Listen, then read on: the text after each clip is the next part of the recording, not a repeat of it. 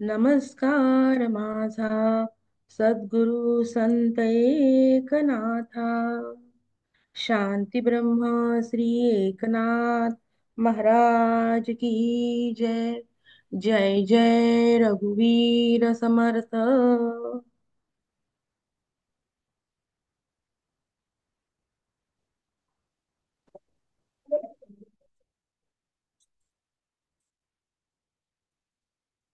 नमस्कार. माझा आवाज येतोय असं गृहीत धरतो, कारण बाहेर आहे. पण ओंकार साधनेचा अभ्यास आपण करणार आहोत. सुरुवात प्राणाकर्षण क्रियेने करूया.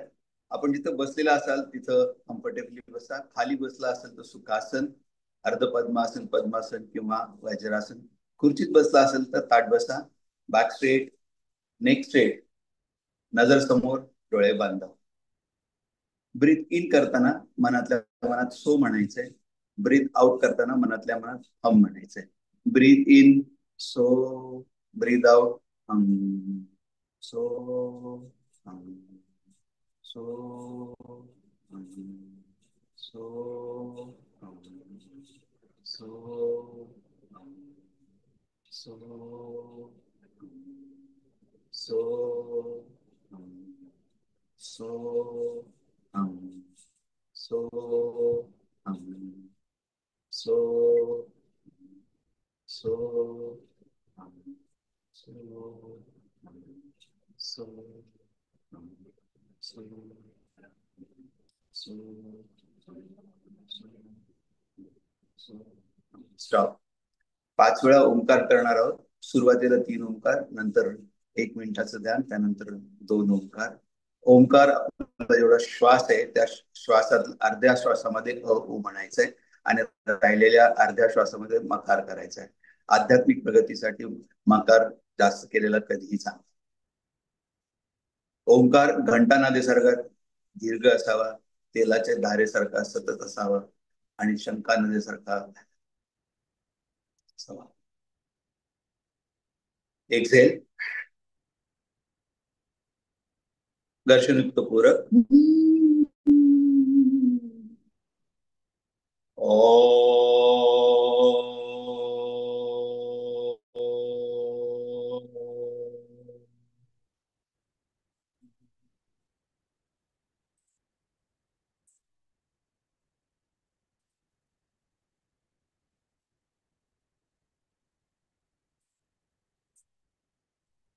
पूरक.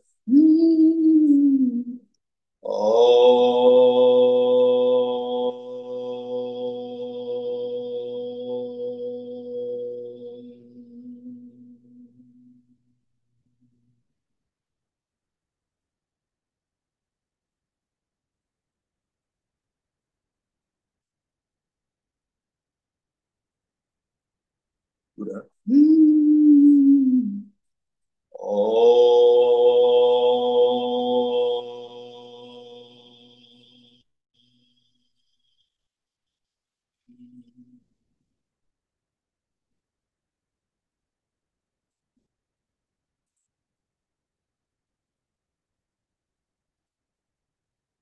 शांत, शांत, शांत. आपण जो आता ओंकारचा नाद केलेला आहे, ओंकारचा जो ध्वनी केलेला आहे, तो मनातल्या मनात आठवून साठवण्याचा प्रयत्न करा. छातीच्या मध्यामध्ये अनाहत चक्र आहे, तिथं अंगुष्ठ मात्र ज्योती बघण्याचा प्रयत्न करा. Try to visualise thumb side bright flame in chest area where Anahata chakra is situated. तिथे जर दिसत नसेल तर दोन भुवयाच्या मध्ये, भ्रूमध्य मध्ये आज्ञा चक्र आहे, तिथं अंगुष्ठ मात्र ज्योती बघण्याचा प्रयत्न करा. Try to visualize thumb size bright flame in between eyebrows where आज्ञा चक्र is situated. बाहेरच्या वातावरणाला पूर्णपणे विसरून जा. जी ज्योती आपण बघण्याचा प्रयत्न करत आहोत ती आत्मस्वरूप आहे. आत्मस्वरूपाशी एकरूप होण्याचा प्रयत्न करू.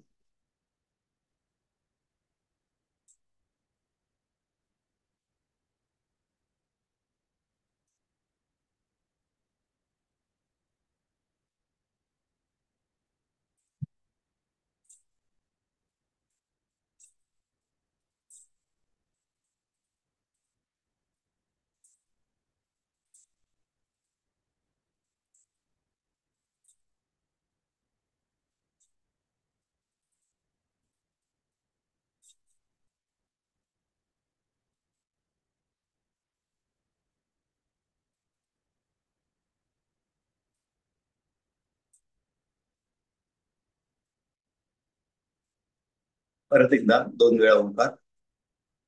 पूरक. ओ.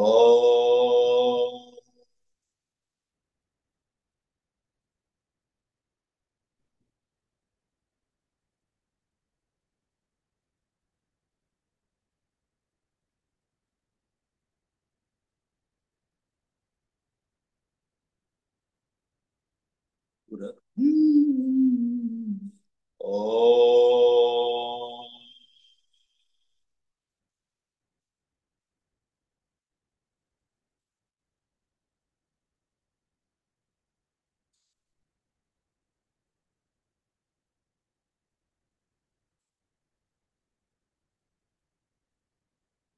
दोन्ही हाताचं घर्षण. जी ऊर्जा आपण ओंकार साधनेच्या अभ्यासात मिळवली त्या ऊर्जेचं संचलन पूर्ण शरीरभर करूया.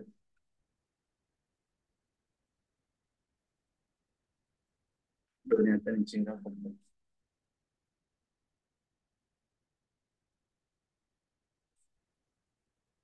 हरिओम.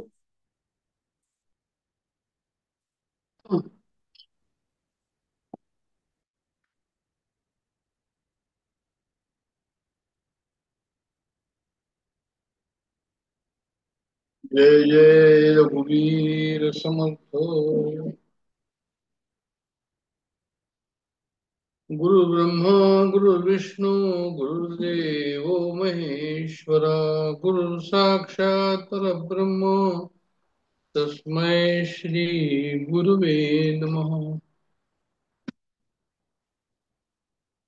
जय जय रघुवीर समर्थ। आपल्या सर्वांना नम्र अभिवादन आणि सर्वांना गुढीपाडव्याच्या नववर्षाच्या नवसंवत्सराच्या शुभेच्छा। आपण कसं असायला पाहिजे, शिष्य लक्षण समास, आपलं कर्तव्य काय,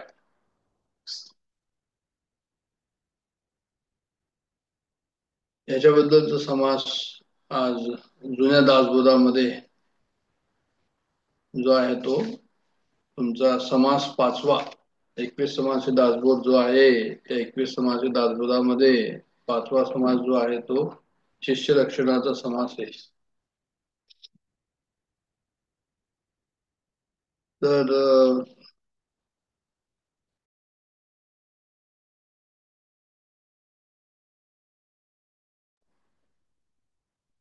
तरी पण तुम्ही घेताय। आपण सुरू करूया समासाला।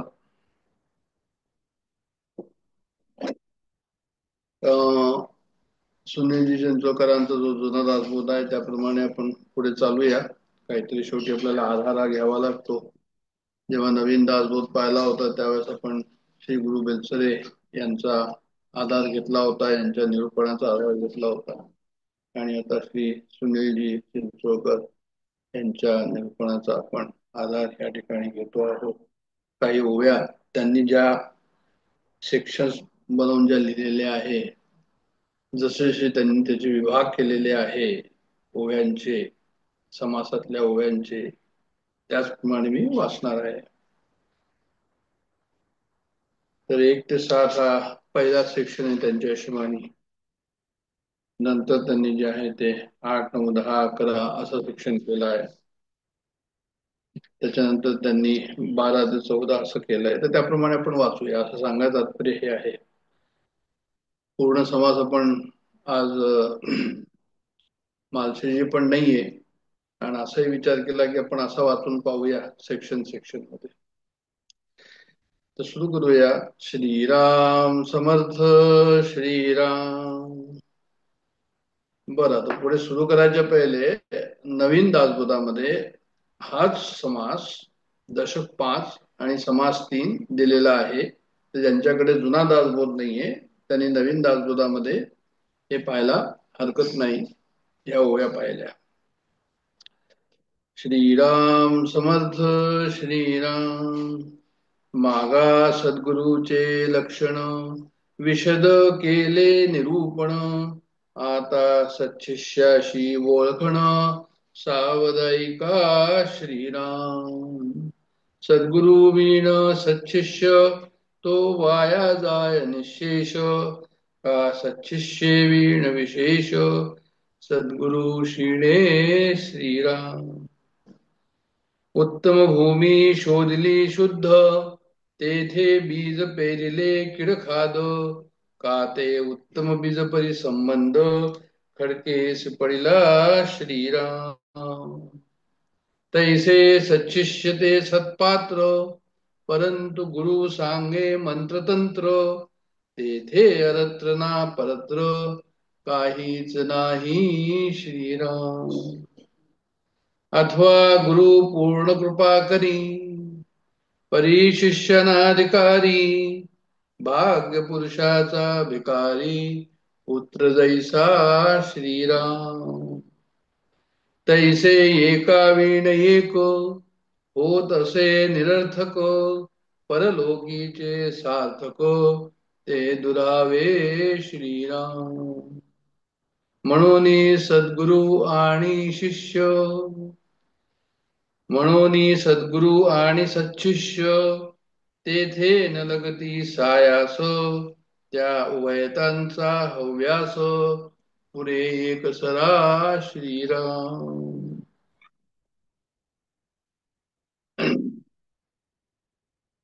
शिष्य लक्षण समास प्रस्तावना जर आपण पाहायला गेलो सद्गुरु कसा असतो तो म्हणजे सद्गुरु आणि सत्शिष्य ही अध्यात्मामध्ये जोडी जी आहे सर्वांना ठाऊक आहे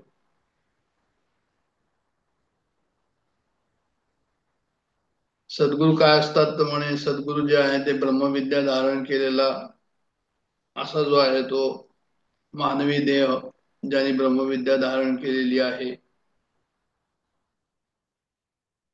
कारण की वास्तविक ब्रह्मविद्या ब्रह्मस्वरूप असल्याने त्याला मानव धर्म नाहीये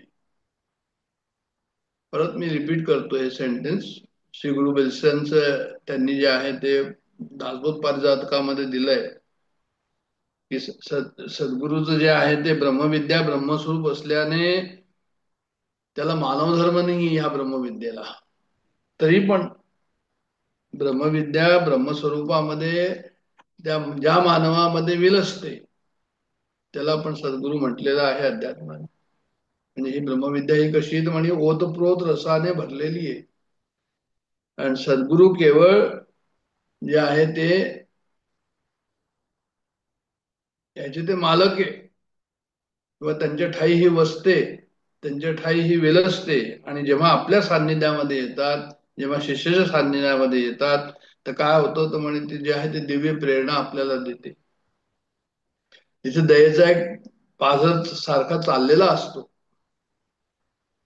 आणि सद्गुरू कसे असतात तर म्हणजे ते शिष्याची जणू काही वाटच पाहत असतात की हा कोणी दयेचा पाझर जो आहे ही जी ब्रह्मविद्या जी आहे ही कोणीतरी घेईल असं त्यांना जे आहे ते वाटत राहतो असं त्यांनी त्यात लिहिलेलं आहे ते आतुर असतात विद्या देण्याकरता तर सद्गुरू म्हणजे विद्या देणारा आणि शिष्य म्हणजे विद्या घेणारा या दोन बाजूमध्ये पहिली बाजू आपण पाहिली आता ही शिष्याची बाजू जी आहे जी आपली बाजू आहे ती आपण या ठिकाणी पाहतो आहोत खरं म्हणजे मनुष्य बेसिकली काय आहे तर म्हणजे मनुष्य हा ज्ञाता आहे म्हणजे त्याला ज्ञान होतं सर्व प्रकारचं ज्ञान मिळवण्याचं सामर्थ्य त्याच्यामध्ये आहे आता भौतिक विज्ञानामध्ये आपण किती प्रगती केली कुणी केली तर म्हणजे मानवानेच केली त्याचा अर्थ हा की तो खूप मोठा ज्ञाता आहे मनुष्य जो आहे तो तरी सर्व विद्यार्थ्यांना सर्व प्रकारचं ज्ञान मिळणं जरा कठीण असतं त्यांची काहीतरी प्रत्येकाची एक ऍप्टिट्यूड असतं क्षमता असते आणि त्याप्रमाणे त्या विद्येचा विकास त्या ठिकाणी होतो तसंच आत्मज्ञान होण्याकरता सुद्धा काहीतरी गुण काहीतरी एलिजिबिलिटी त्या ठिकाणी असावा लागतो आणि शिष्याला ते अभ्यास केल्यानंच मिळतात ते नसल्यास त्याला मिळणार नाही म्हणून त्याला जे आहे ते डेव्हलप करावे लागतात म्हणून मंडूक उपनिषद असं लिहिलंय की नायमात्मा प्रवचेन लभ्य म्हणजे आत्म्याचं स्वरूप जे आहे ते तुम्हाला फक्त प्रवचनाने लक्षात येणार नाही नायमात्मा प्रवचने न मेधया म्हणजे बुद्धीनी तो कुशाग्र बुद्धी असेल एखाद्याची, तर आत्मा त्याला अनुभव येईल का, तर म्हणे नाही. बरं, श्रुती जी आहे ती तुम्ही खूप वाचली, पुष्कळ वाचन केलं श्रुती स्मृतीचं, त्यांनी येईल का, तर म्हणजे नायमात्मा न बहुना बहुता श्रुतेन, श्रुती श्रुती वाचून सुद्धा येणार नाही. तर मग कशाने येईल, तर म्हणे सत्तेन लभ्य, सत्य ओळखून सत्याचा त्याप्रमाणे वागल्यानी, आचरण केल्यानी, तपसा लभ्येन, त्याप्रमाणे तप केल्यानी, सम्यक ज्ञानेन लभती, त्याप्रमाणे सम्यक ज्ञान जर त्याचं झालं की खरं ज्ञान काय आहे, आणि ब्रह्मचर्येण नित्यम लभती, म्हणजे ब्रह्मचर्याचं जर त्याप्रमाणे तुम्ही नित्य त्याचं हे केलं, याचा अर्थ हा झाला की त्या ज्ञानाला तुम्ही आचरणात आणा, असं त्यांना म्हणायचंय. की सत्याचा तुम्ही व्यवहारामध्ये जे आहे ते फॉलोअप करा, सत्याला फॉलोअप करा, खरं ज्ञान त्या ठिकाणी जे आहे ते बॅकग्राऊंड मध्ये राहू द्या, आणि निरंतर साधना राहू द्या. हे शिष्याकरता जे आहे ते अत्यंत आवश्यक आहे. म्हणजे दृश्याची अनासक्ती त्या ठिकाणी निर्माण झाली पाहिजे, मनाचा उदारपणा त्या ठिकाणी निर्माण झाला पाहिजे, स्वभावामध्ये लीनता आली पाहिजे, आणि साधनाची संगती नेहमी झाली पाहिजे. पण हे सर्व करताना सद्गुरूची निष्ठा जी आहे ती कोणत्याही प्रकारे गेलेली खपणार नाही, असं सर्व त्या ठिकाणी लिहिलं आहे. म्हणजे शिष्याला देखील श्रद्धा आणि विवेक हे जोपर्यंत असणार नाही, तोपर्यंत तो खरा शिष्य जो आहे शिष्यत्वाला प्राप्त होणार नाही. दृश्य विश्वामध्ये काय आहे की चैतन्य स्वरूप सगळीकडे जे आहे ते मिसळून राहिलेलं आहे, आणि विवेक म्हणजे काय की ते दृश्य विश्वामध्ये जड बाजूला करणं आणि चैतन्य बाजूला करणं, आणि त्याला ओळखून चैतन्याला अंगीकारणं, हा विवेक आहे.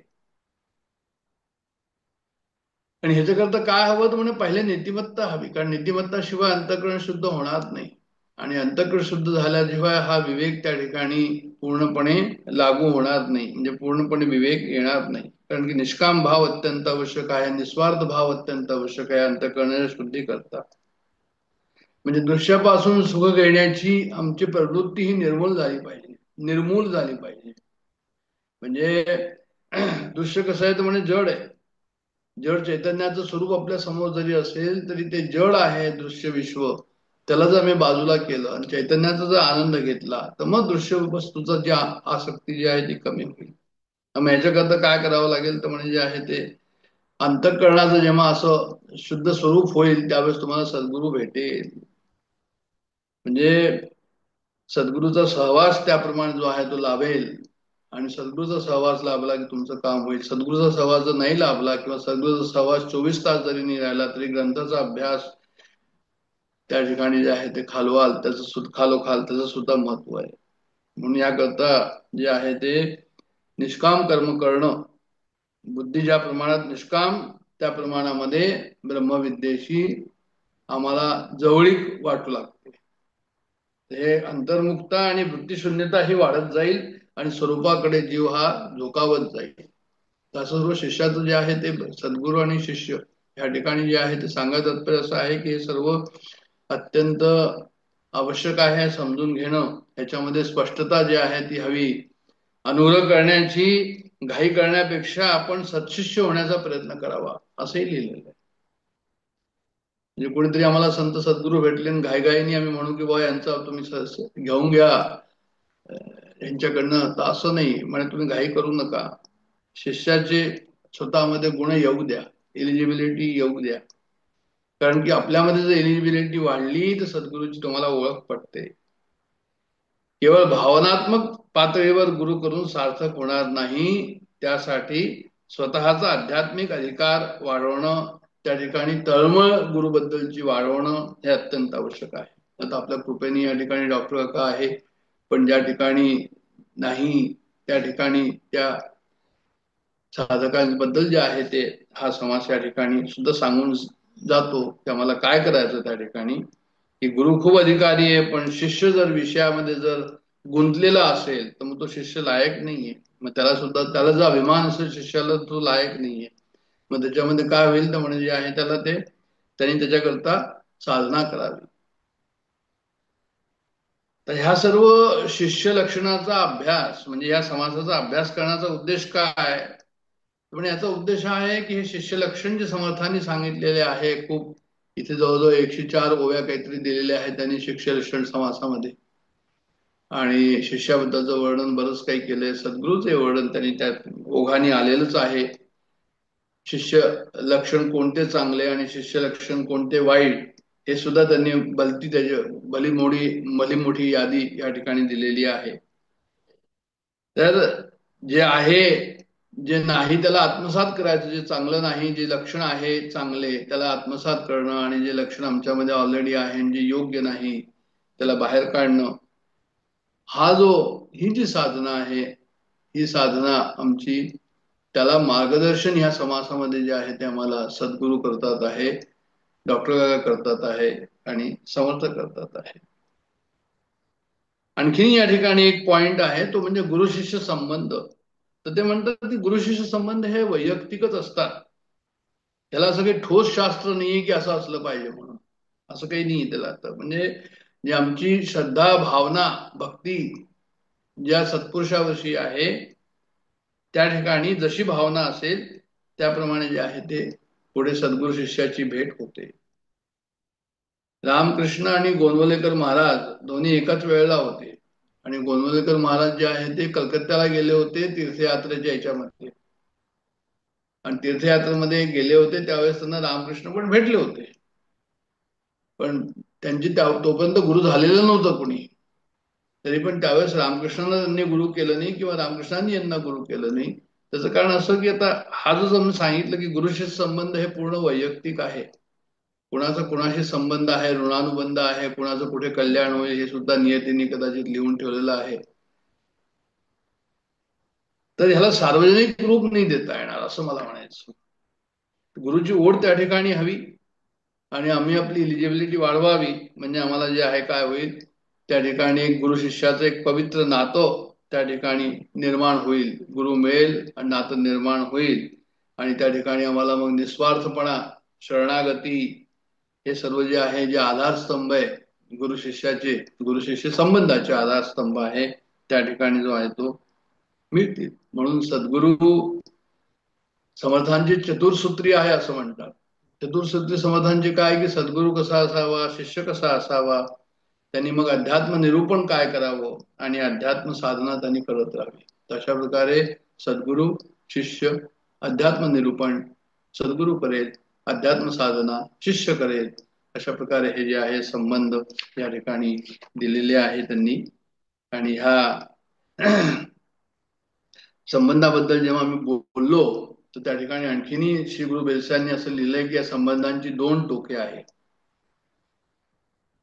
आणि जे आहे ते 2 टोके आहे म्हणजे कसं, म्हणजे एकीकडे सद्गुरू आणि एकीकडे सत्शिष्य, आणि 2 टोकं जर मिळाली तर सद्गुरू शिष्य हे जे संबंध आहे अत्यंत पवित्र, निर्मळ आणि आत्मज्ञानाला कारणीभूत होतात. जसं त्यांनी उदाहरण दिलेलं आहे, आपल्या सर्वांना माहिती की एका जनार्दनी, एकनाथ महाराज आणि जनार्दन महाराज गुरु शिष्य जे आहे ते, ही परंपरा आपल्याला खूप प्रसिद्ध आहे. समर्थ आणि कल्याण स्वामी हे सुद्धा प्रसिद्ध आहे. निवृत्ती महाराज आणि ज्ञानदेव महाराज हे सुद्धा प्रसिद्ध आहे. रामकृष्ण आणि विवेकानंद हे अलीकडचे झालेले आहे. योगी अरविंद होते पांडिचेरीला, आणि माताजी त्यांची शिष्या होती. हे सर्व गुरु शिष्य संबंध हे 2 टोकं होते, 2 टोकं जवळ आले, आणि त्यांचं जे आहे ते शिष्याचं कल्याण झालं असे या ठिकाणी सांगायचंय. त्याच्याकरता जे आहे ते शिष्य लक्षण कशा प्रकारची होती या ठिकाणी, शिष्यामध्ये त्यांची साधना कशा प्रकारची होती, आणि त्यांची साधना जी आहे ती वैयक्तिक जरी होती तरी ती एक समग्र जीवन पद्धती होती. म्हणजे 1 घंटा सकाळी आणि 1 घंटा संध्याकाळी काहीतरी साधना सांगितलेली करायची आणि बाकी दिवसभर काही पण करत राहा, अशा प्रकारची ती साधना नव्हती. ती समग्र जीवन पद्धती होती. म्हणजे काय आहे की सत्कर्म, निष्काम कर्म त्या ठिकाणी असायचं, आणि स्वधर्माचरण त्या ठिकाणी असणं जरुरी आहे, आणि सत्संग असणं जरुरी आहे. हे बहिरंग साधनाचा प्रकार झाला. आणि अंतरंग साधनाचा प्रकार काय आहे, पण त्या ठिकाणी विचार किंवा सद्वासना, सत्याची वासना, सत्य काय आहे, मी कोण आहे, हा विचार जो आहे, सद्वासना आणि सदउपासना, त्याचीच उपासना, सत्यतत्वाची उपासना. आणि ती कशी उपासना, तर म्हणे नित्य निरंतर उपासना असं याच्यामध्ये आलेले समासामध्ये, की ती नित्य हवी आणि निरंतर हवी. असं जेव्हा असेल तेव्हा ते संबंध जे आहे गुरु शिष्य संबंध त्या ठिकाणी आपल्याला एक उत्तम प्रकारे पुढे आलेले दिसतात. तर मागा सद्गुरूचे लक्षण विशद केले निरूपण, आता सच्शिष्याची ओळखण सावधायिका. काय सांगतात शिष्याची ओळखण? त्यामुळे सद्गुरु विण सच्शिष्य तो वाया जाय निशेष, का सच्शिष्य विण विशेष सद्गुरु शिणे. म्हणजे सांगून दिलं त्यांनी की सद्गुरूला शिष्य हवा, शिष्याला सद्गुरू हवा. आणि असं जर नसेल आणि ते कसे हवे तर म्हणजे सद्गुरू, सत्याचं आकलन झालेला आहे तो गुरु, आणि सत्याचं ज्याला सत्य शोधायची ज्याची इच्छा आहे असं सच्शिष्य, हे दोन्ही जर जे आहे मिळालं तरच ते काम, ते संबंध त्या ठिकाणी फलद्रूप होतील. नाही तर सच्शिष्य वीण विशेष सद्गुरु शिणे. जर शिष्य जर सत्शिष्य नसेल, ज्याला सत्याचं आकलन करायची इच्छा नसेल, ज्याला समाजामध्ये, ज्याला संसारामध्येच काहीतरी मला मिळावं असं त्याच्या मनामध्ये असेल तर सद्गुरु शिणे, सद्गुरूला खूप श्रम होतील त्याला त्याच्यातनं बाहेर काढण्याकरता.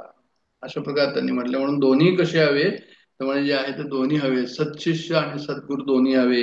असं नको की एक आहे आणि एक नाही, अशा प्रकारचं नको. उत्तम भूमी शोधली शुद्ध, तेथे बीज पेरिले किड खाद, का ते उत्तम बीज परी संबंध खडकेसी पडिला. आता या ठिकाणी भूमीचा दृष्टांत घेतलाय त्यांनी. भूमीचा दृष्टांत काय असतो की जमीन आहे, जमिनीमध्ये एखादा आम्ही रोप लावावं, तर म्हणजे जमिनीला जर आम्ही रोप लावलं तर काय करायचं, पहिले त्या जमिनीला आम्ही तयार करतो. आणि तयार करून कसं करतो तर म्हणजे जमीन तयार केल्यानंतर उत्तम बीज त्याच्यामध्ये टाकतो. आणि उत्तम बीज केल्यानंतर काय होतं तर म्हणजे त्याला पाणी देतो, कालव्याने पाणी देतो किंवा पाऊस पडतो असं म्हणूया. म्हणजे त्या ठिकाणी पाऊस पडण्याचा अर्थ हा आहे की गुरु आणि शिष्य संबंध हे सहवास आणि अध्यात्म निरूपण त्या ठिकाणी चाललेलं असतं. त्याला ते पाऊस म्हणतात. अध्यात्माचा पाऊस पडतोय त्या ठिकाणी, जे आहे ते नित्य निरंतर निरूपण त्या ठिकाणी चाललेलं आहे. आणि नंतर काय होतं तर म्हणजे त्याला कुंपण सुद्धा लावावं लागतं. कुंपण का लावावं लागतं की गुरे ढोरे त्याला घेऊन न जावं. म्हणजे काय झालं की विषयाला जे आहे ते आम्हाला कुंपण घ्यावं लागतं. असं ना हो की विषय येऊन आम्हाला घेऊन जातील म्हणून त्या शेतामधून. तर कुंपण हा शब्द जो आहे वैराग्य, हा अत्यंत आवश्यक आहे की वैराग्य त्या ठिकाणी हवं, कुंपण हवं त्या शेताकरता म्हणून. आणि शेवटी काय आहे तर म्हणजे जेव्हा ते पीक बरोबर येईल ते सर्व पीक घेऊन काढून आणि ते बरोबर घरी घेऊन जायला हवं. का घेऊन जायला हवं की तुम्हाला एकदा जेवण पोट भरणार नाही, तुम्हाला परत दुसऱ्या जेवणाची सुद्धा तरतूद करावी लागेल. याचा अर्थ हा झाला की एकदा ज्ञान झाल्यावर असं नाहीये की एकदा ज्ञान झालं ना आता मला ज्ञान झालं ना आता मी जे आहे ते काही करायची आवश्यकता नाही, जसं वाटेल तसं मी राहीन, असं नाही त्याच्यामध्ये. ते म्हणतात की ज्ञानोत्तर भक्ती, म्हणजे ज्ञान झाल्यानंतर सुद्धा जे आहे ते तुम्हाला उपासना तुमची जी आहे, कुलदेवतेची उपासना, गुरुची उपासना, गुरुला जे आहे ते पूर्णपणे वाहून नेणं, ते सुद्धा त्या ठिकाणी वाहून जाणं हे त्या ठिकाणी चालूच राहील. हे पुढे थांबलं नाही पाहिजे. बल्कि गुरुबद्दल तर आणखीन त्यावेळेस जास्त आदर उत्पन्न होईल की त्यांनी मला जे आहे ते काय केलं तर म्हणे विध्वंसुनी मोहपुरीची लीला, त्यांनी माझ्या मोहपुरीची लीला विध्वंस केली आणि स्वराज्यपट्टी अभिषेक केला. त्यांनी मला स्वराज्यावर बसवलं, स्व दाखवलं, माझं राज्य खरं राज्य काय आहे, मी कुठलचा राजा आहे हे त्यांनी दाखवलं. स्वराज्यपट्टी अभिषेक केला आणि ज्याच्या दयेने महाराज झालो, त्याच्यामुळे मी महाराज झालो आणि म्हणून मी त्याला मी गुरुदास झालो, म्हणून मी त्याचा गुरुचा, त्या गुरुचा मी दास आहे. अशा प्रकारची भावना त्या ठिकाणी जी आहे ती हवी. म्हणजे पीक घरी घेऊन जाणं आणि आपल्या याच्यामध्ये ठेवणं हा त्याचा अर्थ त्यांनी त्या ठिकाणी केलेला आहे. तर अशा भूमीचा दृष्टांत त्यांनी या ठिकाणी जुन्या दासबोधामध्ये त्याचं वर्णन केलेलं आहे. ते आपण पाहू की उत्तम भूमी शोधली शुद्ध, तेथे बीज पेरिले कीड खात, का ते उत्तम बीज परी संबंध खडकेशी पडिला. म्हणजे कोणती उपजाऊ जमीन जी आहे ती आपण शोधायची, आणि उपजाऊ जमीन जोडल्यानंतर काय आहे की जे आम्ही बीज पेरलं तिथे. आता बीज जर त्यावेळेस ते योग्य नसेल, कीड खात म्हटलंय, बीज जर सडकं असेल तर का ते उत्तम बीज परी संबंध खडकेशी पडिला. म्हणजे यांना म्हणायचं मतलब असं आहे की जर ते उत्तम बीज नसेल तर परत जे पीक येईल ते दोषरूप होईल, बरोबर येणार नाही. किंवा उलट त्यांनी सांगितलं की समजा उत्तम बीजपरी संबंध, बीज उत्तम आहे पण ती जमीन जी आहे ती तयार नाही, त्याच्यामध्ये बरेच गोटे आहे, पत्थर आहे, तर मग त्या ठिकाणी काय होईल, परत ते जे पीक येईल ते जे आहे ते कसं होईल, ते योग्य येणार नाही. मग ऐसा सद्गुरु शिष्याबद्दल त्यांनी सांगितलेलं आहे की तैसा सच्शिष्य ते सत्पात्र. तर सच्शिष्य कसा आहे तर म्हणे तो उत्तम आहे, तो एलिजिबल आहे, त्याच्याकडे विवेक वैराग्य आहे.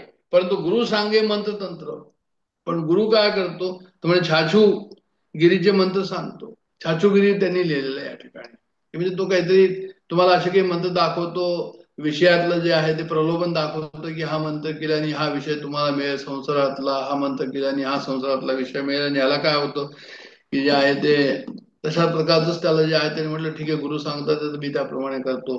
पण असं जर काही झालं की तैसा शिष्य ते सत्पात्र, परंतु गुरु सांगे मंत्रतंत्र, गुरुनी जर अशा प्रकारचे काही मंत्रतंत्र सांगितले तो सत्पात्र शिष्य काय होऊन जातो की तेथे अरत्र ना परत्र काहीच नाही. म्हणजे त्याला इहलोकापासूनही तो जातो आणि परलोकापासून त्याला जो आहे तो मुक्तो. म्हणजे न इकडचं काही राहतो ना तिकडचं काही राहतो, कारण ती इच्छा त्याची असते की परलोक मिळावा.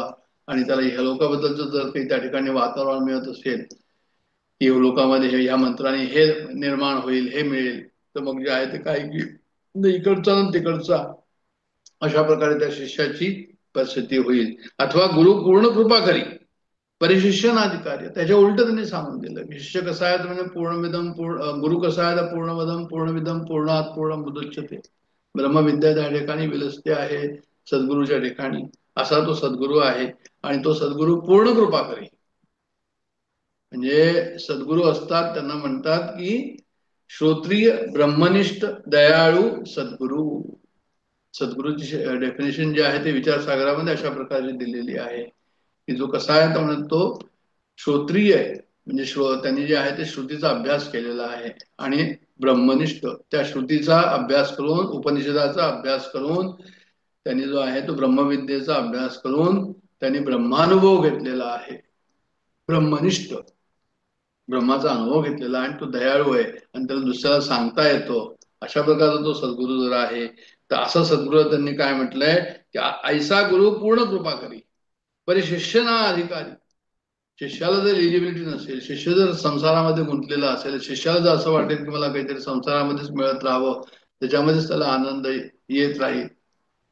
कोणीतरी असं म्हटलं त्यांनी याच्यात लिहिलं एक उदाहरण दिलंय की म्हणजे समजा एखादा जो आहे तो शिष्य आहे आणि तो जर असं म्हणतो की बाबा आमच्या गुरुने आम्हाला असं सांगितलंय की तुम्हाला 3 जन्म आणखीन घ्यावे लागतील त्याच्यानंतर तुम्हाला मुक्ती होईल वगैरे, तर ते त्याचा अर्थ आहे अशा प्रकारे लिहिलाय की यांना पुढे जन्म घेऊन संसार भोगण्याची इच्छा आहे, अशी इच्छा आहे म्हणून त्यांना जे आहे त्या प्रकारे त्यांच्या गुरुनी त्यांना सांगितलं असावं.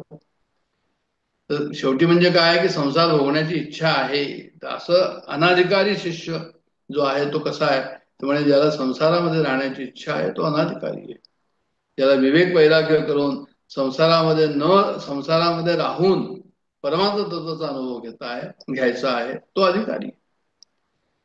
आणि असा जो तो शिष्य अनाधिकारी असेल म्हणजे त्याला जे आहे ते परमार्थाचा अनुभव न घेता संसारातली काहीतरी आम्हाला चांगली गोष्ट व्हावी असं जर त्याला वाटत असेल तर भाग्य पुरुषाचा भिकारी पुत्र जैसा. एखादा खूप उत्तम कर्तृत्ववान असा जो आहे तो कोणी थोर पुरुष आहे, भाग्यवान आहे तो, पण त्याचा मुलगा किंवा त्याचा कोणी पण तो जो आहे तो बरोबर त्याच्या प्रकारे निघाला नाही, त्या योग्यतेचा झाला नाही, तर म्हणे भाग्य पुरुषाचा भिकारी पुत्र जैसा. तो पुत्र कसा आहे तर म्हणे भाग्य पुरुषाचा तो भिकारी आहे असं त्यांनी सांगितलं या ठिकाणी की तो अनाधिकारी आहे. म्हणजे खरं म्हणजे काय की अध्यात्मशास्त्र आम्ही त्याचं आकलन करावं आणि अध्यात्माचा अनुभव घ्यावा हेच मनुष्य जन्माचं सार्थक आहे. पण हे न करता हे विसरता, हे विसरून तो आणखीन काही करतो, तर मग जो आहे तो भाग्यपुरुषाचा भिकारीच त्याला म्हणायला हवं. तैसे एकाविन एक हो तसे निरर्थक परलोकीचे सार्थक ते दुरावे.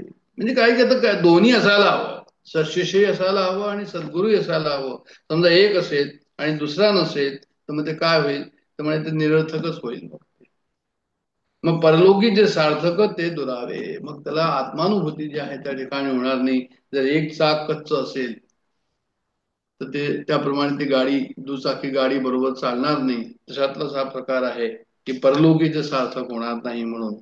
आणि म्हणूनही सद्गुरू आणि सच्शिष्य तेथे न लगती सायासो त्या उभयतांचा होव्यास पुरे एक सरा. त्याचा अर्थ हा झाला की समजा सद्गुरु असा श्रोत्रिय ब्रह्मनिष्ठ दयाळू सद्गुरु आहे, ज्यांनी अनुभव घेतलेला आहे, आणि सत्शिष्य जो शिष्य जो आहे त्याला त्यांनी त्याच्याकरता तो पात्र झालेला आहे, शिष्यत्वाकरता जो पात्र झालेला आहे, त्यांनी तेवढी तपस्या केलेली आहे, तेवढी तेवढी त्याची साधना आहे, तर तेथे न लगा ती सायास, मग तिथं काही प्रयत्न करायची आवश्यकता पडत नाही. कशा करता?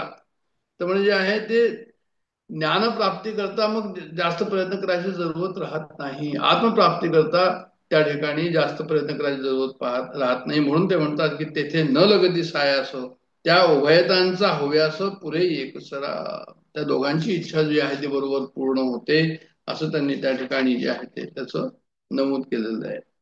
म्हणजे दोघांची आध्यात्मिक ज्ञानाची उत्कट इच्छा लगेच पूर्ण होते, नाही तर मग त्यांना कष्ट घ्यावे लागतात. तर इथे या ठिकाणी समर्थांचं काही एक हे दिलेलं आहे अभंग की जीवपणा नाश झाला एकसरा.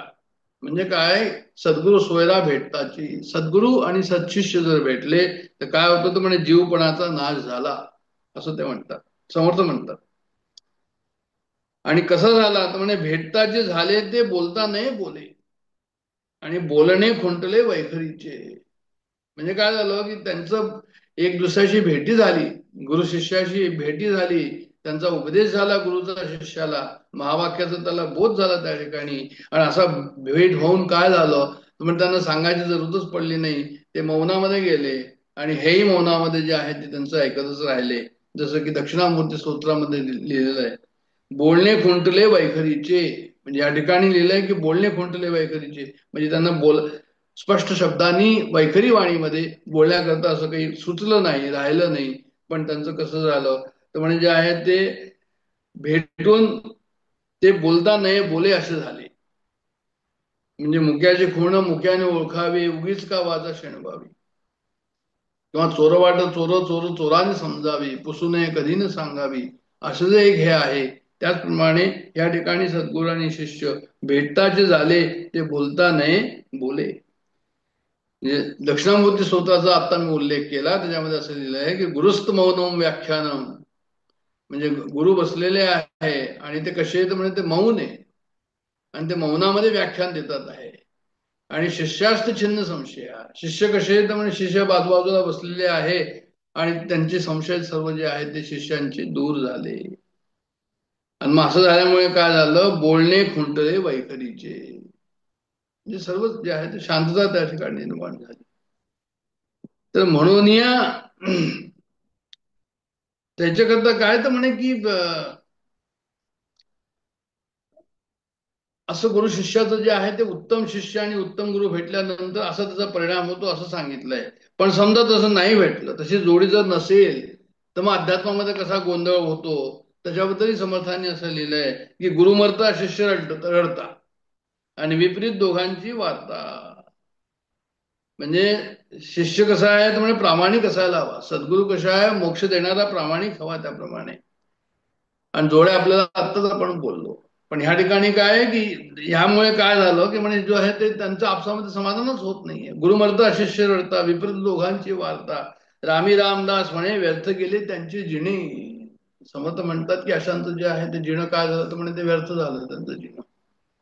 ते त्या ठिकाणी जे आहे ते व्यर्थ झालं इन द सेन्स की त्याचा फायदा त्यांना झाला नाही असं.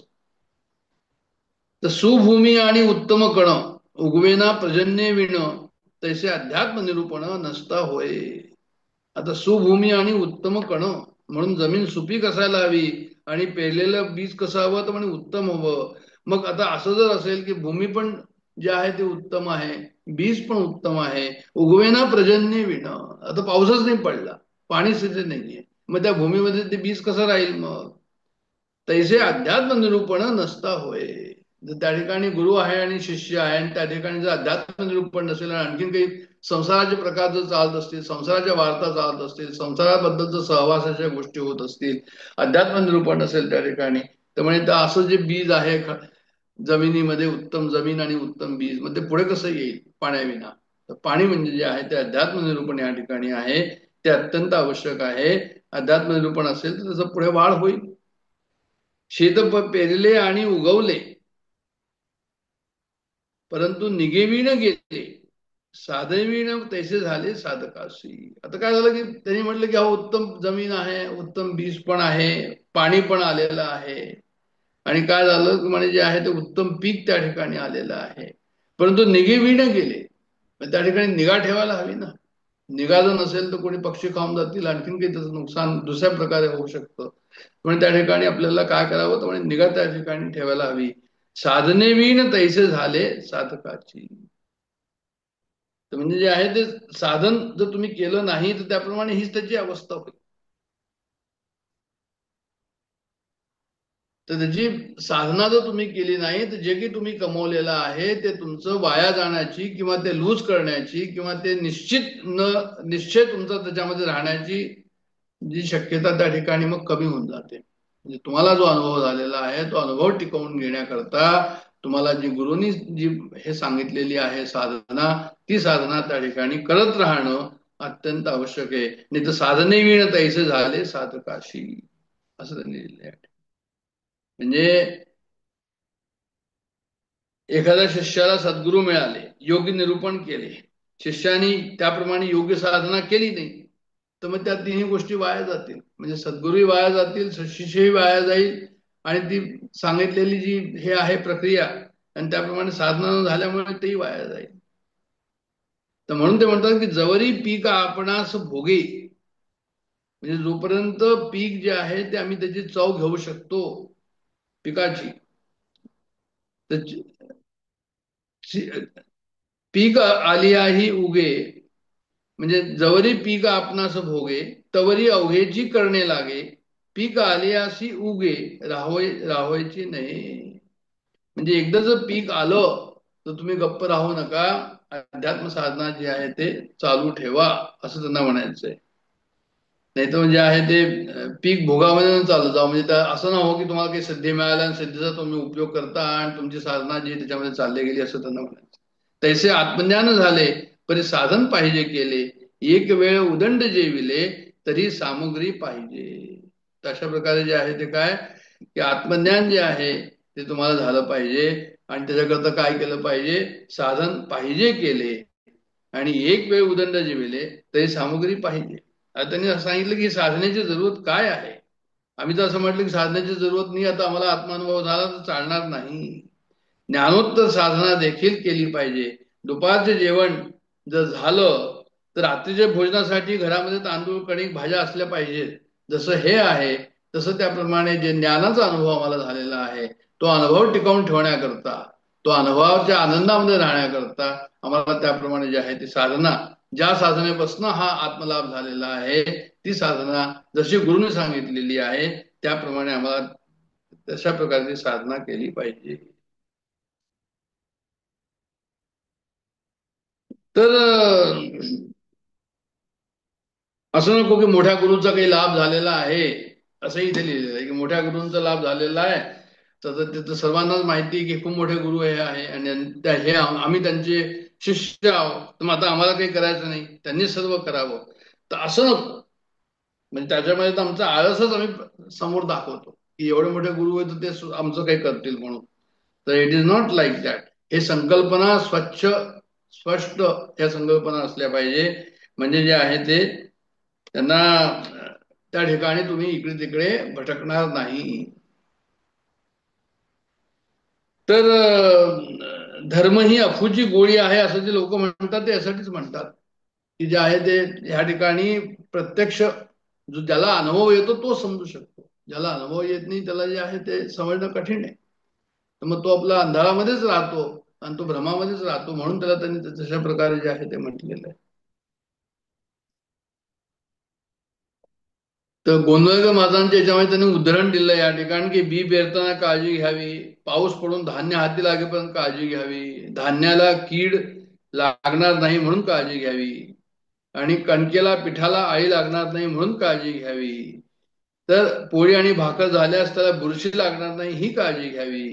ते एकूण काय शेवटपर्यंत काळजी घेणं अत्यंत आवश्यक आहे.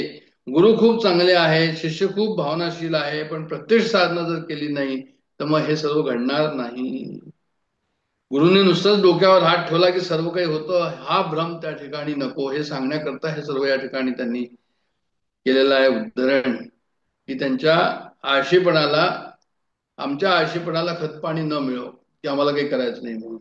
तर आम्ही जे आहे ते प्रयत्न नेहमी करत राहायचो, अध्यात्म विद्येला कमीपणा आणायचा नाही, अनुभव त्या ठिकाणी घ्यायचा, व समाजातील सर्व श्रद्धा नष्ट करण्यासाठी टपून बसलेल्या म्हणजे जे लोक दुसरे आहे त्यांना मग अदरवाईज खाद्य मिळतं त्याच्याबद्दल बोलायला. आमचं जे आहे ते आम्ही निश्चित करून घ्यावं, आमचं जे विचार आहे तो पूर्ण निश्चय करावा. आणि सगळ्या संतांनी आपल्या परीने हाच आदर्श गुरु शिष्य लक्षणाबद्दलचा जो आहे तो सांगितलेला आहे. आणि असं जर आम्ही नीट समजून घेतलं तर आमची फसवणूक मग होणार नाही. म्हणून साधना अभ्यास आणि सद्गुरु, सच्शिष्य आणि सच्छास्त्र विचारू, सत्कर्म सदवासना पारू पाववी भवाचा.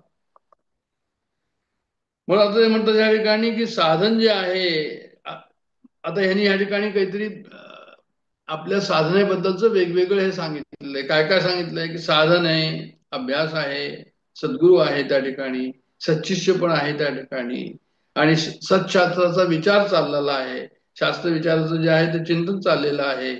सत्कर्म सदवासना पारू, म्हणजे सत्कर्म निष्काम कर्म करतो आहे, सदवासना योग्य वासना जे आहे ते भगवंताच्या वासना त्या ठिकाणी ठेवतो आहे पावई भवाचा. सत्वासना सत्कर्म, सत्क्रिया आणि सुधर्म, सत्संग आणि नित्यनेम निरंतर, म्हणजे चांगले वासना, चांगले कर्म, सत्कर्म, सदुपासना आणि सत्क्रिया आणि स्वधर्म हे सुद्धा त्या ठिकाणी आहे. सत्संग आणि नित्यनेम निरंतर, निरंतर शब्द प्रयोग केला आहे. निरंतर शब्द का प्रयोग केला आहे तर म्हणजे नित्यनेम, आणि हा नागा नसला पाहिजे त्याला. तसं ते म्हणतात की स्पिरिच्युअलिटी हॅज नो हॉलिडे, तर तशाच प्रकारचं हे आहे की स्पिरिच्युअलिटी हॅज नो हॉलिडे, म्हणजे निरंतर. सत्संग आणि नित्यनेम कसं आहे तर म्हणजे जे आहे ते निरंतर असलं पाहिजे. ऐसे हे अवघेची मिळे तरीच विमळ ज्ञान निवळे. ऐसे हे अवघेची मिळे, आता हे सर्व जर हे सर्व लक्षणं त्यांनी सांगितले, 13 गोष्टी या ज्या सांगितल्या की साधन आहे, अभ्यास आहे, सद्गुरू, सत्शिष्य, सत्शास्त्र विचार, सत्कर्म, सदवासना, तर हे सर्व जे आहे ते सत्संग, ते सर्व जर त्या ठिकाणी हे अवघेची मिळे, हे सर्व जर एका ठिकाणी मिळालं तरच विमळ ज्ञान निवळे. त्या ठिकाणी मग जे आहे ते शुद्ध ज्ञान प्रगट होईल. आणि नाही तरी पाषांड संचरे बळे, नाही तर मग पाषांडच त्या ठिकाणी होईल. म्हणजे काय होईल, पाखंडपणा निर्माण होईल की मी कुठेतरी आहे, सत्संग आहे, आम्ही काय करतो, आमचा ग्रुप किती मोठा आहे, आम्ही किती मोठा ग्रुप करतो आहे, किती ब्रांचेस आहे, काय काय करायचं, कसं करायचं. तर ते म्हणतात की नाहीतरी पाखंड संचरे बळे समुदायी, म्हणजे समाजामध्ये जो आहे तो पाखंड मासतो त्या ठिकाणी, लोकांना समजत नाही पण तो पाखंड असतो असं ते म्हणतात. म्हणून काय करायचं की म्हणे हे जे आत्ता सांगितलेलं आहे, साधन अभ्यास सद्गुरू सत्शिष्य सत्शास्त्र विचार सत्कर्म सद्भावसना सद्वासना, हे सर्व त्या ठिकाणी जे आहे ते आलं पाहिजे असं ते म्हणतात या ठिकाणी. म्हणजे काय याचा अर्थ हा झाला की इथे सत्कर्म 2 वेळा शब्द आलेला आहे, सत्कर्म आणि त्याच्यानंतर सदुपासना सत्कर्म. हे दोन्ही अर्थ त्याचं त्यांनी दिलेला आहे की म्हणजे एकाचा अर्थ सदाचार म्हणून घ्यावा, एकाचा अर्थ जो आहे तो परोपकार म्हणून घ्यावा. तसं परोपकार आणि सदाचार, ते हे सर्व जे आहे ते हे करत राहावं. आणि हे करत राहावं जे आहे ते कसं, कुटुंब समाज राष्ट्र या सर्वाबद्दलची आपली कर्तव्य ह्याच्यामध्येच आम्ही गोवावी, त्याच्याबद्दलच जे आहे त्या ठिकाणी जबाबदाऱ्या व्यवस्थित आम्ही पार पाडाव्या. म्हणजे आता हे असं सर्व करताना हे सर्व का म्हणावं लागलं की हे अशा प्रकारे करा, कारण की असं पुष्कळ वेळ असं होतं की मनुष्याला असं वाटतं की बाबा नाही नाही मी तर चांगलं काम करतोय, माझं चांगलं काम जर करतोय तर मला जसं जमेल तसं मी करेन. तर तो म्हणतो नाही, जसं जसं जमेल तसं नाही करायचंय, म्हणजे जसं जमेल, जितकं जमेल, जेव्हा जमेल, असं त्याचा अर्थ नाहीये. ते म्हणतात की नाही, आम्ही पण जे आहे ते सत्संग आम्ही पण करतो, भोंगळपणा हा चालणार नाही. हे त्या ठिकाणी त्यांनी काय केलं त्यामुळे त्यांनी कॉशन दिलेलं आहे या ठिकाणी. आणि नंतर त्यांनी लिहिलंय की आम्ही जेव्हा अशा प्रकारे साधना करतो तर तिथे मत्सर नसला पाहिजे कोणाशी. विमळ ज्ञान निवळे, अवघेची मिळे तरीच विमळ ज्ञान निवळे. विमळ ज्ञान होण्याकरता त्या ठिकाणी काम, क्रोध, लोभ, मोह, मत्सर नसले पाहिजे. म्हणजे मत्सर नसला पाहिजे. तर म्हणजे असं आहे की कोणाही जीवाचा न घडो मत्सर, असं तुकाराम महाराजांनी म्हटलंय. म्हणजे असं नसलं पाहिजे की तुम्ही जे आहे ते संप्रदायाचा काहीतरी पूर्ण बोलता आहात दुसऱ्या संप्रदायाविषयी आणि आपल्या संप्रदायाविषयी थोडं जास्त बोलता आहात. तर अशा प्रकारचं नसलं पाहिजे त्या ठिकाणी. कोणाही जीवाचा न घडो मत्सर, म्हणजे ती सद्वासना जी आहे त्या ठिकाणी ठेवायला हवी. अशी सद्वासना नसेल तर तिला दूर करायला हवी असं ते म्हणतात. आणि अशी जर इच्छा झाली याची, तर त्याच्यानंतर काय तर म्हणजे त्याच्याकरता जे आहे तुम्हाला जे आहे ते प्रायश्चित्त घ्यायला हवं. आपल्याला जी भावना असते त्याचं प्रायश्चित्त घ्यायला हवं. म्हणजे ते म्हणतात या ठिकाणी की एखादा मोठा समुदाय जेव्हा दुसऱ्याचा द्वेष करू लागतो तेव्हा त्याला सांप्रदायिक निष्ठा असं सुद्धा लोक म्हणतात की अरे हा आपल्या संप्रदायाचे खूप निष्ठावान आहे म्हणून असं त्यांच्याबद्दल बोलतोय. हे सुद्धा चूक आहे असं या ठिकाणी जे आहे ते समर्थांनी खूप kindly he has mentioned all this things, की त्यांनी आपले जे आहे ते त्याला आपण म्हणतो ना की कान जे आहे ते उपटले आहे. म्हणजे जे आहे ते आठवण देत आहे की हा मनुष्याचा स्वभाव कसा असतो, मनुष्य कसं करतो. आणि झालं काय आहे की हे सर्व त्यांनी त्यांच्या जीवनामध्ये पाहिलेले अनुभव या ठिकाणी लिहिलेले आहे. त्याचं विवरण करताना, या ओव्यांचं विवरण करताना म्हणून मग ते म्हणतात पुढे की येथे शब्द नाही शिष्याशी, हे अवघे सद्गुरूपाशी, सद्गुरू पालटी अवगुणाशी, नाना यज्ञ करून. ते म्हणतात की ह्याचा दोष जो आहे तो शिष्याचा नाहीये. काही बरोबर जर होत नसेल कार्य तर त्याचा, एखाद्या कुटुंबाचा समजा जो आहे तर कार्य बरोबर झालं नाही तर कुटुंबाच्या प्रमुखाकडे त्याचा दोष जातो. एखाद्या शिक्षकामध्ये जर मुलं पास झाले नाही तर शिक्षकाकडे जो आहे तो दोष जातो की तुम्ही कसं शिकवलं, किती शिकवलं, केव्हा शिकवलं, बरोबर शिकवलं की नाही शिकवलं. तसंच इथे जे आहे ते त्यांनी असं म्हटलंय की येथे शब्द नाही शिष्याशी, म्हणजे शिष्याचा दोष नाहीये, हे अवघे सद्गुरूपाशी. सद्गुरूंनी त्याप्रमाणे जे आहे ते स्वतः सर्व गुण संपन्न राहून सद्गुरू पालटी अवगुणाशी, तो शिष्याचे अवगुण, स्वतःचे अवगुण दूर करतो, शिष्याचे अवगुण दूर करतो. कसं? नाना यज्ञ करूनी, खूप प्रयत्न करून जो आहे तो आपले अवगुण दूर करतो. आणि सद्गुरूचेनी अशिष्य पालटे, मग शिष्य जो आहे जो योग्य नाही तो योग्य होतो सद्गुरू कालणे. परंतु सचिष्य असद्गुरू न पालटे. काय होतं की सद्गुरू असेल चांगला आणि शिष्य असेल वाईट तर सद्गुरू त्याला चेंज करू शकतात. पण शिष्य चांगला असेल आणि सद्गुरू योग्य नसेल तर तो शिष्य त्यांना बदलू शकत नाही, सद्गुरूला बदलू शकत नाही. म्हणून ते या ठिकाणी म्हणतात की सच्शिष्य असद्गुरू न पालटे, की सशिष्य नाही पलटणार त्याला. काजे थोरपण तुटे म्हणून या, तो थोर आहे ना, या कारणे सद्गुरू पाहिजे तरीच सन्मार्ग लाहिजे, नाहीतरी होईजे पाषांडावर पडे. म्हणून ते म्हणतात की आपलं उपदेश घेणं, सद्गुरू करणं अत्यंत आवश्यक आहे. नाहीतर काय होईल की तुम्ही जे आहे ते पाखंडी व्हाल, नाहीतरी होईजे पाषांडावर पडे. म्हणजे पाखंड व्हाल म्हणजे वरतून काही चाललेलं आहे आणि आतमध्ये आणखीन काही वेगळं आहे, अशा प्रकारचं होईल ते. येथे सद्गुरूची कारण येर सर्व निष्कारण निकारण, तथापि सांगू ओळखण सच्चिष्याशी. म्हणजे सर्व ही सद्गुरूची जबाबदारी आहे. अन्य सर्व मुद्दे कसे गौणे म्हणे, निरुपयोगी आहे. तरी सत्शिष्य कसा ओळखावा याचं ज्ञान आवश्यक आहे. म्हणून आता काय की पुढच्या याच्यामध्ये जे आहे ते सत्शिष्याची लक्षणं त्यांनी 19 पासून पुढे सुरू केली आहे की मुख्य सत्शिष्याचे लक्षणं सद्गुरु वचनी विश्वासपूर्ण अनन्य भावे शरण, त्या नाव सत्शिष्य. आणखी त्यांनी ती उदाहरणं या ठिकाणी दिली आहे की म्हणजे जे आहे ते एखाद्या कुटुंबामध्ये मुलं जर वाईट निघाली तर त्याला आई वडील जबाबदार धरले जातात.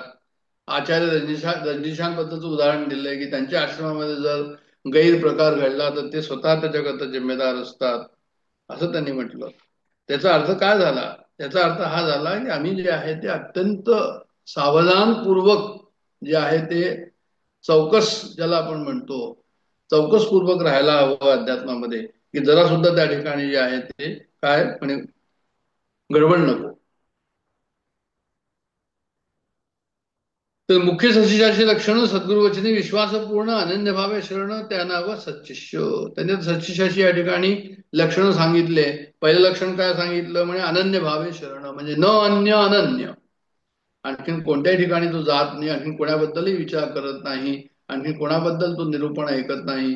तो फक्त त्यांचंच निरूपण ऐकतो आणि त्यांच्याप्रमाणेच वागतो. अनन्य भावे शरण, आणखीन न अन्य, आणखीन कुणाला जो आहे तो पाहत नाही. तर ते म्हणतात की त्या नाव सत्शिष्य, त्याला शिष्य म्हणतात, सत्शिष्य म्हणतात. मग शिष्य कसा पाहिजे तर म्हणजे शिष्य पाहिजे निर्मळ, शिष्य पाहिजे आचारशील, निर्मळ.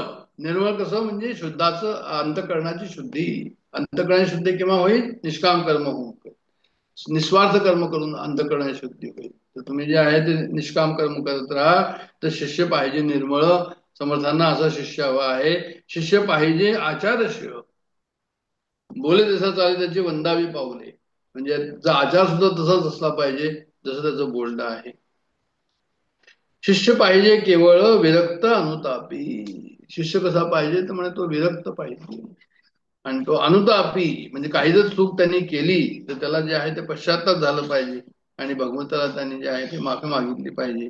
शिष्य पाहिजे केवळ विरक्त अनुतापी झालं. शिष्य पाहिजे निष्ठावंत, शिष्य पाहिजे शुचिस्मंत, शिष्य पाहिजे नेमस्त सर्व प्रकारी. आता निष्ठावंत त्यांनी त्या ठिकाणी जे आहे ते म्हटलेलं आहे की गुरुविषयी त्याचं कसं हवं तर म्हणे गुरुविषयी त्याला जे आहे ते पूर्ण निष्ठा हवी. आणि तो कसा हवा म्हणे शिष्य पाहिजे शुचिस्मंत. शुचिस्मंत म्हणजे तो शुचिरभूत हवा. म्हणजे काय हवा? पवित्र हवा. पवित्रता कुठे हवी? आचरणात हवी. मनामध्ये पवित्रता हवी आणि आचरणामध्ये पवित्रता हवी. आणि असं जर झालं तर मग काय होईल की सर्व प्रकारच्या आचरण जे आहे ते नियमबद्ध होऊन त्यावर कंट्रोल होईल. आणि पुढे आणखीन म्हणतात की शिष्य कसा असायला हवा तर म्हणजे शिष्य पाहिजे साक्षेपी, शिष्य पाहिजे सुचित म्हणतात, शिष्य पाहिजे नेमस्त सर्व प्रकारी, असं लिहिलेलं आहे त्यांनी या ठिकाणी. शिष्य पाहिजे नेमस्त सर्व प्रकारी म्हणजे शिष्य कसा कसा असायला हवा तर म्हणजे जो आहे तो नियमबद्धता हवी. नेमस्त म्हणजे नियमबद्धता.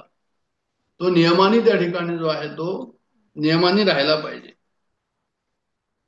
शिष्य पाहिजे साक्षेपी विशेष, शिष्य पाहिजे परमदक्ष, शिष्य पाहिजे अलक्ष लक्षी ऐसा. ही 22वी ओवी आहे की विशेष म्हणजे शिष्य अखंड उद्योगी असावा, असं त्यांनी लिहिलंय त्या ठिकाणी. म्हणजे साक्षपी विशेष आणि शिष्य पाहिजे परमदक्ष, कमालीचा दक्ष असावा. म्हणजे तो खूपच चौकन्ना त्यांनी राहायला पाहिजे, खूप सावधान राहायला पाहिजे त्यांनी. आणि परब्रह्म कसं आहे म्हणजे परब्रह्म जे आहे ते अलक्ष्य आहे, म्हणून ते आपल्याला कळत नाही, म्हणून आपल्याला दृष्टीत दिसत नाही. पण आपल्या अंतर्मुक्तीच्या जोरावर आत्मस्वरूपाचे अनुसंधान साधणारा असा हा शिष्य असला पाहिजे. म्हणून ते या ठिकाणी म्हणतात की जे आहे ते कसं हवं तर म्हणजे शिष्य पाहिजे साक्षपी विशेष, शिष्य पाहिजे परमदक्ष, शिष्य पाहिजे अलक्ष लक्षी ऐसा. अलक्ष तत्व जे आहे, आत्मतत्व जे आहे त्याला इंद्रियानी आपल्याला कळत नाही, म्हणून अंतःकरण खूप शुद्ध होऊन आणि मग अंतर्मुक्तीच्या जोरावर आत्मस्वरूपाचे अनुसंधान त्या ठिकाणी साधणारा असं हवं. आणि मग पुढे ते म्हणतात की शिष्य पाहिजे अतिधीर, शिष्य पाहिजे अतिधीर, शिष्य पाहिजे अति उदार आणि शिष्य पाहिजे अति तत्पर परमार्थ विषयी. शिष्य जो आहे तो कसा हवा तर म्हणे अतिधीर, म्हणजे आपण पहिले पाहिलंय तितिक्षा आहे जे शमदम तितिक्षा उपरम श्रद्धा समाधान, हे जे समाधी षटक आहे याच्यामध्ये तितिक्षेचं वर्णन आलेलं आहे. म्हणजे सहनम सर्व दुःखानाम अप्रतिकारपूर्वकम चिंता विलापरहितम स तितिक्षा निगत्यते. तितिक्षेची अशी त्यांनी त्या ठिकाणी हे केलेली आहे, म्हणजे डेफिनेशन केलेली आहेत. असं धीर हवं, असं सबुरी हवी. सबुरी में भगवान है, सबुरी में परमात्मा है, अशा प्रकारचं कबीर साहेब सुद्धा म्हणतात. तर मनाने जो अत्यंत उदार असावा आणि धीर असावा. शिष्य पाहिजे अति उदार आणि शिष्य पाहिजे अति तत्पर परमार्थ विषयी, म्हणजे परमार्थ कार्याच्या बाबतीत तो सदैव एका पायावर तयार असला पाहिजे, असा शिष्य समर्थांना हवा आहे. शिष्य पाहिजे अति तत्पर परमार्थ विषयी, म्हणजे सद्गुरूच्या मुखातून पडलेला बाहेर प्रत्येक शब्द असं वाटायला हवं की अरे हे तर ब्रह्मवाक्य आहे. आणि ब्रह्मवाक्य म्हणून जो आहे तो काय करतो तो म्हणे त्याला जो आहे तो त्याला फक्त फॉलो करतो शिष्य त्या गुरुला. गोविंद महाराजांचं असं म्हणलंय त्यांनी, जो माझा पहिला शब्द ऐकतो त्याला मी सारे काही अर्पण करतो. म्हणजे त्यांना असं म्हणायचं या ठिकाणी की त्यांनी काहीतरी म्हणावं आणि ह्यांनी त्याच्यावर प्रश्न नाही करू, संशय नाही करू, हे का ते नाही असं नाही करू, किंवा पर्याय नाही दाखवू त्यांना, किंवा ह्याच्यापेक्षा ते चांगलं असं नाही दाखवू. ते म्हणतात जो पहिला शब्द जो ऐकतो त्याला मी सारे काही अर्पण करतो. मात्र लोक माझ्याकडे येतात आणि रिकाम्या हाताने जातात. रिकाम्या हाताने का जातात की त्यांना संसारातलं काहीतरी हवं असतं. त्यांनी म्हटलेलंच आहे की म्हणजे जे आहे ते माझ्याकडे तर काय तर म्हणजे रत्ने ठेवलेली आहे, माझ्याकडे हिरे जवाहर सर्व काही ठेवलेलं आहे असं गोंधळकर महाराज म्हणतात. पण लोक कोणते येतात म्हणजे हिंगजिऱ्याची सोबती, त्यांना ते नकोय. हिरे माणकी डायमंड त्यांना काही नको, त्यांना काय हवं तर म्हणजे ते हिंगजिऱ्याची सोबती, म्हणजे संसारातलं काहीतरी त्यांना सुख हवं असतं. मग एक प्रकारे ते काय होतात की अध्यात्माच्या हिशोबाने ते रिकाम्या हाताने परत जातात. आणि त्याचं काय होतं मग गुरुला त्याच्याबद्दल वाईट वाटतं. तर येथे जर ऐकणे आपण जे म्हणतो या ठिकाणी की शिष्य पाहिजे अति तत्पर परमार्थ विषयी, आणि शिष्य पाहिजे अति धीर, शिष्य पाहिजे अति उदार, हे सर्व कसं आहे तर म्हणजे सर्व जे आहे म्हणजे ते ऐकणं आणि कळणं, चिंतन आणि आचार या दोघांना उद्देशून या ठिकाणी की तत्पर म्हटल्यानंतर नुसतं तत्परतेने तो विचार करतो असं नाहीये, पण कृती पण करतो आहे असं त्यांना म्हणायचं या ठिकाणी. सद्गुरु वचन द्वय जरी तोची मोक्षाचा अधिकारी. जो सद्गुरूचं वचन सद्गुरूंनी म्हटलं त्याचप्रमाणे करायचं, तो मोक्षाचा अधिकारी. श्रवण मनन केलेची करी अत्यादरे. अत्यंत आदराने त्यांनी जे सांगितलंय त्याप्रमाणे करायचं. आणि सद्गुरु वचन तोची वेदांत, सद्गुरु वचन तोची सिद्धांत, आणि सद्गुरु वचन तोची धारांत, सप्रचित आता. म्हणजे सर्व काही तेच, म्हणजे जे आहे ते जे काही ते म्हणतात आहे त्याप्रमाणे जे आहे ते फक्त फॉलो करायचं असं त्यांना त्या ठिकाणी म्हणायचं.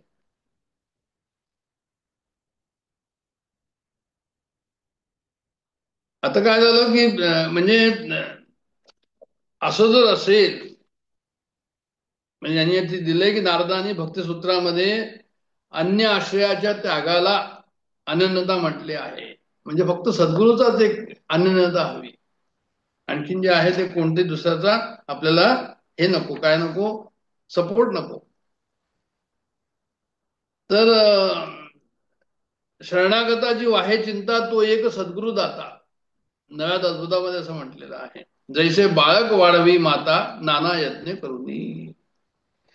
पूर्ण शरणागत जर आम्ही राहायचं कोणाशी तर म्हणजे सद्गुरूशीच राहायचं, कारण तोच आमचं जे आहे तो आम्हाला सर्व देणार आहे. जसं एक लहान बालक असतो, तो आईशिवाय त्याला काय असतं, दूध पाहायचं असेल तर आईकडे जायचं, हगला मुतलं तरी आईकडे जायचं, काही हवं असेल तर आईकडे, काही नको असेल तरी आईकडे. तो इतका लहान आहे की आईशिवाय आणखी दुसरं काही करू शकत नाही. ती जी त्याची शरणागती आईशी आहे एक प्रकारे, ती जाणून जरी नसेल तरी ती नॅचरल आहे, प्राकृतिक आहे. पण या ठिकाणी शिष्य कसा असायला हवा की एकच सद्गुरु दातार आहे, दाता एकच आहे आणि त्याच्याशिवाय आणखीन आमचं कोणी नाही. न अन्य ते अनन्य, ऐसा बाळक वाढवी माता नाना यज्ञ करूनी. त्याप्रमाणे सद्गुरु जे आहे ते शिष्याला त्याप्रमाणे वाढवतात. तसं आहे की आपली अत्यंत श्रद्धापूर्ण अशा प्रकारची जी आहे ती काय हो, शरणागती हवी. श्रद्धापूर्ण त्या ठिकाणी हवी, तेव्हाच ते पूर्ण होत. मना श्रेष्ठ धारिष्ठ जीवित राहावे, मना बोलणे नीच शोषित जावे, स्वये सर्वदा नम्र वाचे वदावे, मना सर्व लोका सिरे निववावे. ही तितिक्षा या ठिकाणी जी आहे त्यांनी दाखवलेली आहे की आमचं जे आहे ते धारण करण्याची, सहन करण्याची, धीर ठेवण्याची, नीच शोषित जावे ही जी आहे ती, आणि तरी पण नम्र वाचे वदावे, तरी पण नम्र राहावं आणि सर्व लोकांना शांत करावं. हे अध्यात्म चिन्ह, ही मनाची प्रसन्नता या ठिकाणी जे आहे तुमची राहील. त्याप्रमाणे असं उत्तम प्रकारे त्यांनी वर्णन शिष्यामध्ये कशा प्रकारचे सद्गुण हवे. मी मुद्दाम हळूहळू पुढे जातोय त्याचं कारण असं की हे सर्व आपल्याकरता आहे आणि आपल्याकरता असल्यामुळे जितकं त्याचं जास्त चिंतन होईल तितकं ते आतमध्ये आम्हाला मनामध्ये जाऊन खोल बसेल असा विचार त्या ठिकाणी आहे. आणि म्हणून जे आहे ते हळूहळू परत परत काही न सोडता सर्व लक्षणं या ठिकाणी पाहणं अत्यंत आवश्यक आहे असं मला वाटतं. आणि आपण पुढे चालूया.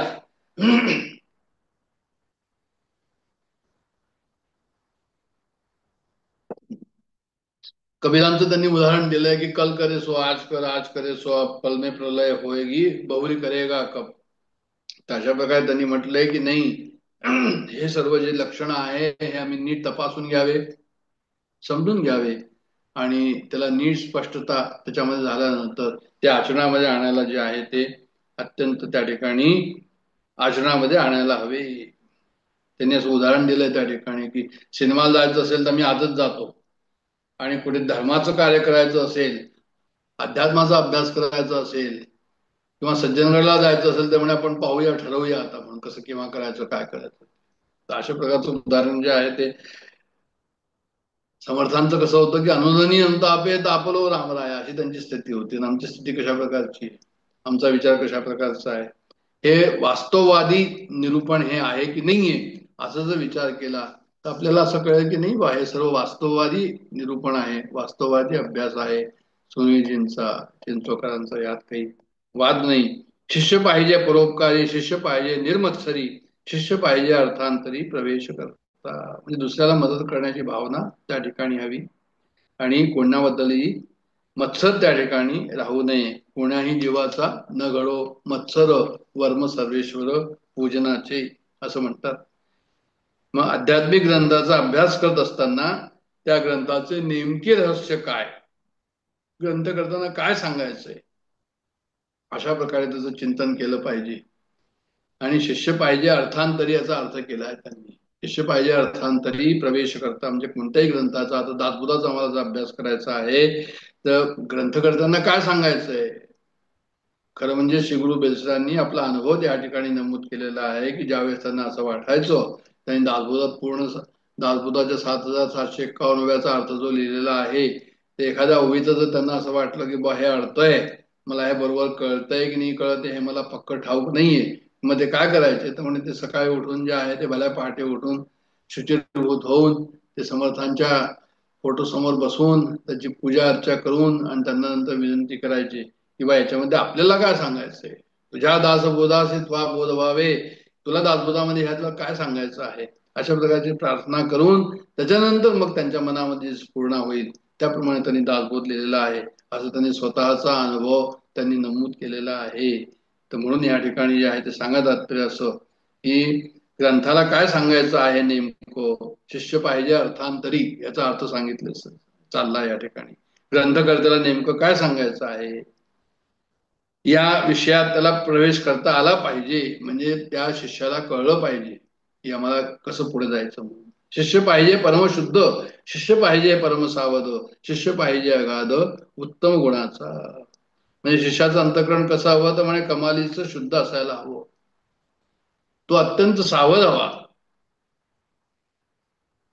शिष्य पाहिजे परमशुद्ध, शिष्य पाहिजे परमसावध, म्हणजे शुद्ध असायला हवा, सावध असायला हवा, आणि शिष्य पाहिजे अगाध उत्तम गुणांचा.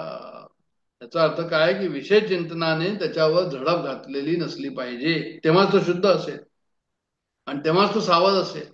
कारण सावध नसेल तर झडप घालेल विषय, आणि विषयाने झडप घातली तर परमशुद्ध राहणारच नाही. म्हणजे परमशुद्धाचा अर्थ हा झाला की तिथे विषय नाही, आणि परमसावधाचा अर्थ हा झाला की त्या ठिकाणी तो खूप सावध आहे वा गाढ आहे अगदी, त्या ठिकाणी 24 घंटे तो देव असं म्हणतात ना की डोळ्यामध्ये तेल घालून पाळत ठेवत राहा म्हणून. तर तशा प्रकारचा जो आहे तो आपल्यावर तो पाळत ठेवतो आहे, अत्यंत सावध तो आहे. आणि मग याचा अर्थ विषय चिंतनाने त्याच्यावर झडप घालता कामा नये, याच्यामध्ये अतर्क श्रेष्ठ असे उत्तम गुण त्या ठिकाणी आहे.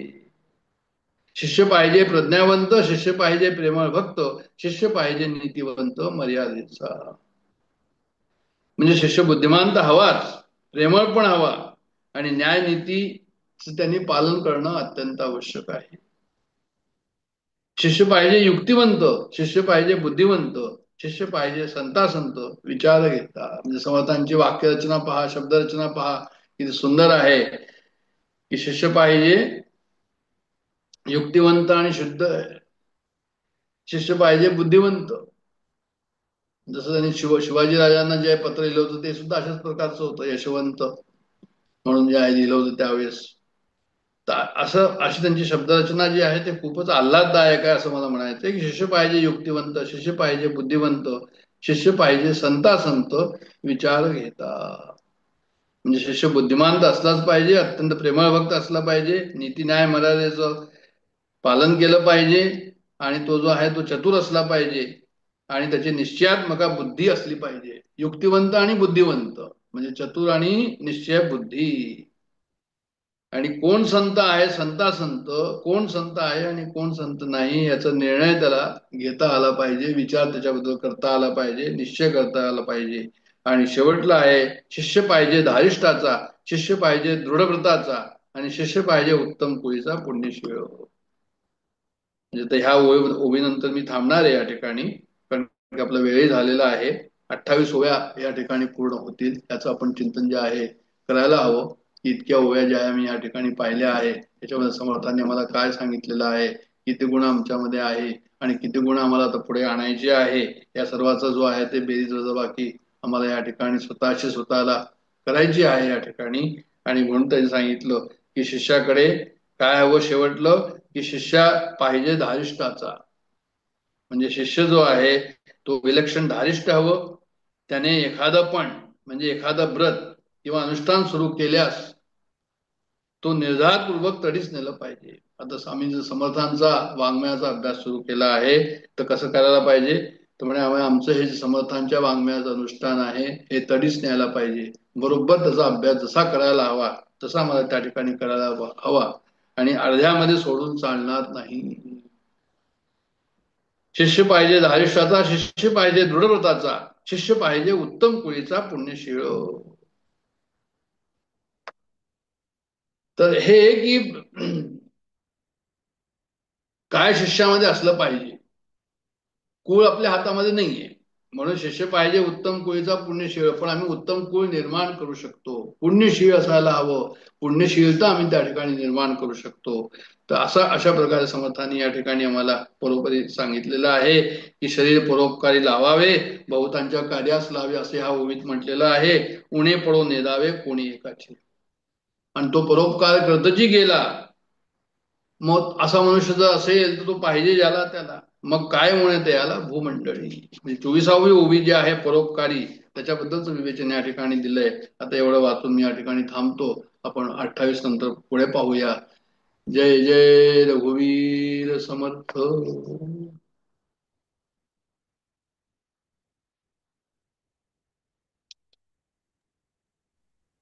जय जय रघुवीर समर्थ. एकच मिनिट द्या.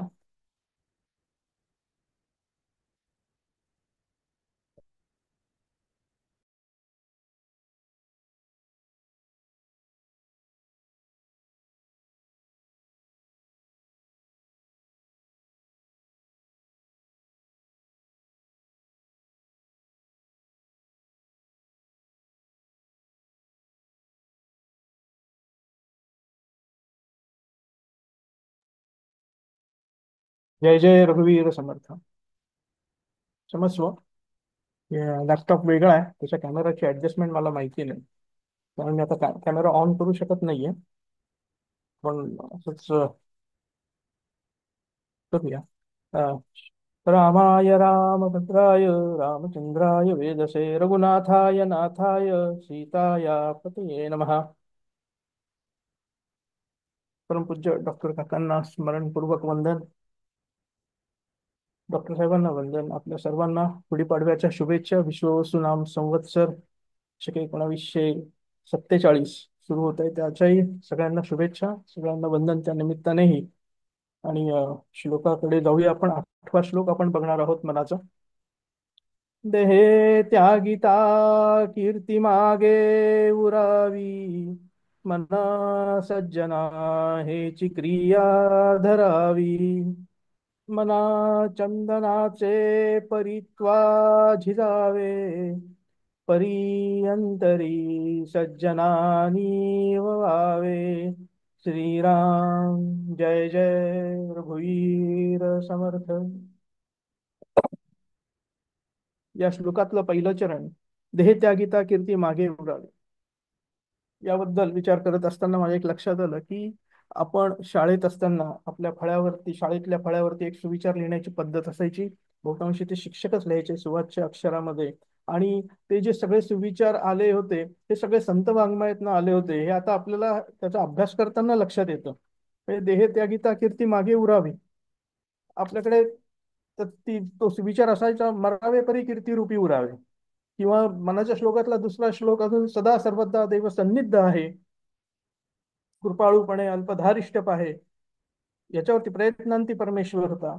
त्याच्यानंतर पेरिले ते उगवते, उसणे द्यावे घ्यावे लागते, दासबोधातली ही ओवी आहे. ते करावे तसे भरावे, म्हणजे कर्माचा कायदा तिथे होता. पेरिले ते उगवते, उसणे द्यावे घ्यावे लागते. विद्या उदंडची शिकला, परंतु प्रसंगमान चुकतेची गेला, तरी ऐशा विद्येला कोण पुसे, याच्यावरती विद्या विनयन शोभते. आणि करणे एक सांगणे एक, या नावही न विवेक, यावरती बोले तैसा चाले, त्याची वंदावी पाऊले. अशा प्रकारचा असा अभ्यास केला तर आपल्या लक्षात येतं. असो, ही साईड डिश आहे, हा आपला मेन कोर्स नाही आहे. पण मला सुरुवातीला ते जाणवलं म्हणून मी ते इथं आपल्या समोर मांडलं. तर अशा प्रकारे संत वाङ्मयाचा अभ्यास केल्यानंतर ते जे छोट्या छोट्या शाळेमध्ये आपल्याला जे शिकवलं गेलं होतं ते हेच होतं, असं त्याचा अर्थ आहे. असो, या श्लोकाकडे आपण जाऊया. या श्लोकामध्ये समर्थ आपल्या जीवनाचं नेमकं ध्येय आपल्याला सांगतात, स्पेसिफाय करतात, स्पेसिफिकेशन केलेले समर्थांनी. म्हणजे असं की समर्थ म्हणतात, माणसा तू जगलास, पण तुला जगायला जमलं का? तू खऱ्या अर्थानं जगलास का जगायचं म्हणून जगलास? तू समर्थपणे जगलास की नाही जगलास? जसं जमलं तसं जगलास की तुझं जीवन तू सार्थकी केलंस? याचा पायाभूत ठोकताळा किंवा ज्याला आपण फंडामेंटल अनालिसिस म्हणतो, ते या श्लोकामध्ये प्रकर्षाने जाणवतं. तू मेल्यानंतर सज्जन लोक तुझ्याबद्दल काय बोलतात याचा कधी तू विचार केला आहेस का? काय बोलतील असा कधी तू विचार केला आहेस का? कबीरांचा एक दोहा आहे, आपल्याला माहिती आहे की, जब तुम आया जगत में जग हसे तुम रोए, ऐसी करनी कर चलो पीछे हसे न कोय. आणि आपल्याला माहिती असेल तर अनुप जलोटा नावाचे एक प्रख्यात गायक, त्यांची भजन संध्या नावाची जी रेकॉर्ड जी प्रसिद्ध झाली होती, त्याच्यामध्ये पण हा दोहा त्यांनी म्हटला होता. तो वेगळ्या अर्थाने म्हटला होता, कबीरा जब तुम पैदा हुए जग जग हसे तुम रोए, ऐसी करनी कर चलो की जग रोए तुम हसे. म्हणजे तुम्ही असं कर्म करा की हसत हसत, की माझं सगळं कर्म पूर्ण झालं आहे, हसत हसत हे जग तुम्हाला सोडता आलं पाहिजे आणि जग तुमच्यासाठी रडलं पाहिजे. समर्थ म्हणतात की सगळ्या जीवनाचं ध्येय असं ठेवायचंय की ज्या दिवशी तो देह ठेवशील त्या दिवशी सज्जनांचे नेत्र, निस्वार्थी लोकांचे नेत्र हे पाणावले पाहिजेत. भीष्माचार्यांची कथा येते. भीष्माचार्य शरपंजरी पडले होते. महाभारतात व्यासांनी ते वर्णन केलेलं आहे. कधी पानं चाळली आपण तर ते आपल्याला बघता येतं की त्याच्यात भीष्माचार्यांनी देह ठेवल्यानंतर दोन पर्व येतात. एक येतं शांती पर्व येतं आणि दुसरं आहे ते अनुशासन पर्व येतं. आणि खूप जाणकारांचं असं म्हणणं आहे की व्यासांनी ही फक्त दोनच पर्व लिहिली असती तरी खूप झालं असतं, तरी पुष्कळ होतं. त्याचं कारण की त्याच्यामध्ये माणसांनी नीतिमत्तेने कसं वागावं याचं पुष्कळ वर्णन आहे. आपल्याला आता कधी त्याचा अभ्यास करायचा वेळ येईल माहिती नाही, पण तो जरूर करावा, त्याकडे लक्ष ठेवावं की नीतीन्यायाने कसं जगावं. याचा सगळा तो शिष्टाचार जो आहे तो शांती आणि अनुशासन पर्वत आहे. त्यांचा देह शरपंजरी पडला होता बघा. व्यास त्यांच्या पायाशी बसलेले आहेत. भगवान श्रीकृष्ण त्यांच्या पायाला हात लावून नमस्कार करताय. काय दृश्य असेल, आठवा, काय जीवन जगले असतील. एक मुद्दा आहे की हा देह कधीतरी पडणार आहे आणि मला मृत्यू येणार आहे, हे कोणालाही, हे सगळ्यांना माहिती आहे. काय ज्योतिषाला विचारायची गरज नाहीये किंवा मला मृत्यू येणार आहे की नाही, हे सगळ्यांना माहिती आहे. पण गंमत अशी आहे की सबको जाना है, समस्या यह है की कोई जाना नहीं चाहता. अशी अवस्था असते. आणि डॉक्टर काका म्हणतात मॅच फिक्सिंग आहे ही. जन्माला आलाय त्याला मृत्यू आहेच. आपण फार अहंकाराने जगतो आणि म्हणतो मी काही जात नाही, आणि तो म्हणतो नेल्याशिवाय राहत नाही. हे डॉक्टर काकांचं वाक्य आहे. समर्थ सुद्धा दासबोधा सांगतात, मरणाचे स्मरण असावे, हरिभक्तीचं सादर व्हावे, किंवा आपण असं आहे मरण म्हणून राखावे बर्वेपण. ही जी ओवी आहे ही याला खूप आपण जोडू शकतो की आपण असं आहे मरण म्हणून राखावे बर्वेपण. हे मरण आहे, आपल्याला हे लक्षात ठेवून आपण चांगलं वागावं, आणि जेणेकरून तुमच्या मृत्यूनंतर सुद्धा लोक तुमची आठवण करतील.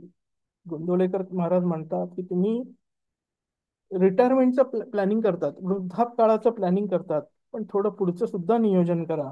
त्या नियोजनाचा तपशीलात्मक अभ्यास करा. आणि तीच भूमिका समर्थ या श्लोकामध्ये सांगतात की देहत्यागिता कीर्ती मागे उरावी, मना सज्जना हेची क्रिया धरावी, मना चंदनाचे परित्वा झिजावे, परिअंतरी सज्जना निववावे.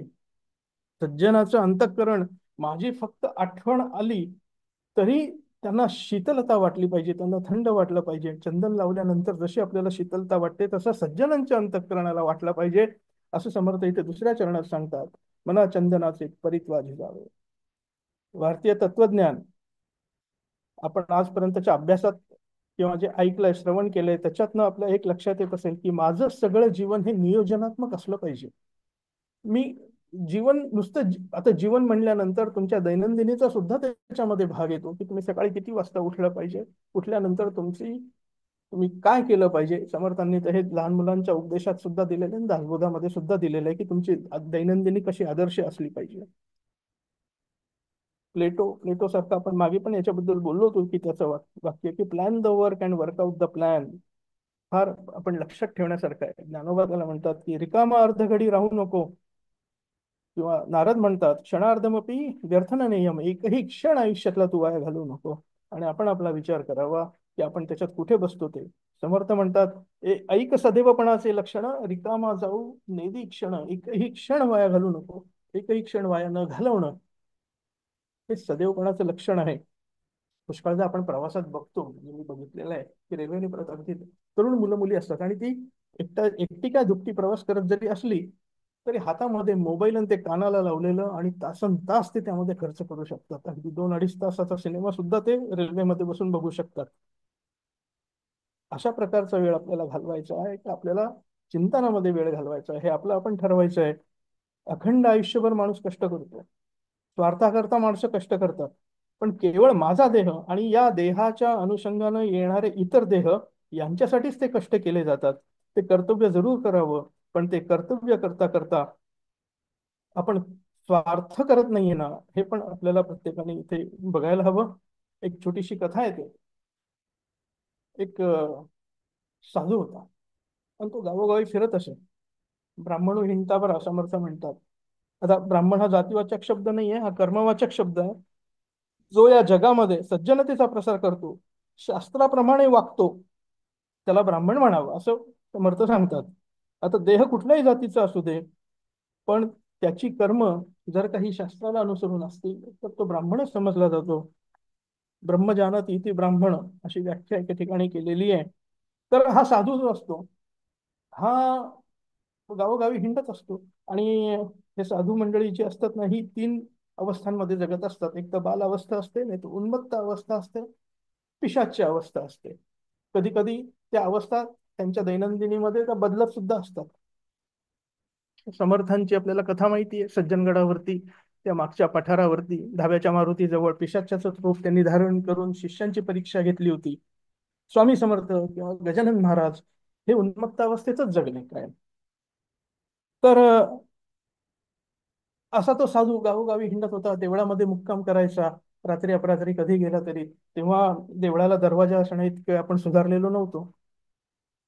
कुठेही मुक्काम कर, देवळात कधीही जाता यायचं. मुक्काम करता सकाळी पुजारी येणार आणि आपल्या नदीवरती जाऊन आंघोळ करावी, तर ते काय खोबऱ्याचा प्रसाद दिला तोच नाश्ता समजावा आणि आपली दैनंदिनी सुरू करावी. गावातली लोक कोणी येतात, काही प्रश्न विचारतात, त्यांना उत्तरं द्यावी. आता गावामध्ये साधू आल्यानंतर लोकांची श्रद्धा असते, ते त्या साधूला घरी बोलवायचे. पण आता साधू हा त्या उन्मत्त अवस्थेतला असला होता, त्यामुळे तो अशी अट घालायचा, एक तर कोणाच्या घरी जायचं नाही, त्याचं कारण आपलं साधू पण कमी होण्याची शक्यता असते. मग अनावश्यक ठिकाणी जर का खाल्लं तर मग आपल्यावरती पण एक वेगळी जबाबदारी येते. तर त्या दृष्टीने आपलं पावित्र्य शुद्ध राहण्यासाठी ते कोणाच्या घरी जात नसत. त्यास आता नाही कसं म्हणायचं, त्यासाठी ते एक अट घालत. एका अटीवर मी तुमच्याकडे येईन, तुम्ही आयुष्यात जर का कधी खोटं बोलला असाल तर तुमचं नुकसान होईल. मी तुमच्या घरी आल्यानंतर कोणीही त्यांना बोलवायला धजावत नव्हतं. तुम्ही जर का खरं बोलला असाल तर तुमचं काही नुकसान होणार नाही, उलट तुमचं भलं होईल. पण तुम्ही खोटं बोलला असाल तर मी काही येणार नाही. आणि असं सांगून आता कोणाची हिंमत होत नव्हती. हो हो नाही, मी खोटं बोललोय वगैरे, नका येऊ, जाऊ दे, माणूस घाबरायचाच. आणि कोणी त्यांना तसं, मग त्यामुळे ते कोणाकडे जातही नव्हते. एकदा असं झालं, त्या गावातला पाटील जो मुख्य असतो त्यांनी सांगितलं की तो आला त्यांना भेटायला, त्यांचं दर्शन घेतलं, काय फळं दिली, हार घातला त्यांना, पायावरती त्यांचा नमस्कार घातला आणि त्यांना म्हणाले की साधू महाराज, आमच्या घरी आपण याल का म्हणून. त्यांनी त्यांना तोच प्रश्न विचारला की तुम्हाला माहिती नाही का, मला 10 दिवस झाले गावात येऊन आणि अजून तुमच्यापर्यंत आलं नाही का, की जो माणूस खोटं बोलतो त्याच्या घरी मी जात नाही, कारण त्याचं नुकसान होतं. तुम्ही जर का खोटं बोलला असाल तर तुमचं नुकसान होईल, त्यामुळे मी काही येणार नाही, मी त्या भानगडीत पडणार नाही. तुम्ही कधी खरं बोलला आहात का? पाटील पाटील म्हणाला, महाराज मग याच तुम्ही आता, माझ्याकडनं असं कधी झालेलं नाहीये, तुम्ही यावं. आणि साधू महाराज पुन्हा त्याला विचारतात की हे नक्की खरं आहे का, बघ तुझं नुकसान होणार. साधू महाराज जातात त्याच्या घरी. त्यांनी आपली मस्त दारामध्ये पाट रांगोळी मांडतात, त्यांच्या पायावरती पाणी दूध घातलं जातं, त्यांना औक्षण केलं जातं. कारण त्याला फार आनंद होतो की साधू महाराज आपल्या घरी आलेत. कारण असं नाथांची ओवी आहे ना, धन्य अजी दिन संत दर्शनाचा, अनंत जन्मीचा क्षीण गेला, अशी त्याची परिस्थिती होते. त्याला खूप आनंद होतो. पाटलीणबाई येतात, त्यांचं स्वागत करतात, आतमध्ये बसवतात. आता त्यांना पाद्यपूजा करायची आहे घरामध्ये नेऊन, म्हणून पाटील बुवा म्हणाले, आलोच मी धोतर नेसून, आपण बसा इथे. तोपर्यंत पाटलीणबाईंनी आपल्या तिन्ही मुलांना बोलवलं आणि त्यांना त्यांची ओळख करून दिली. हा अमुक, तू तमुक, तू तमुक.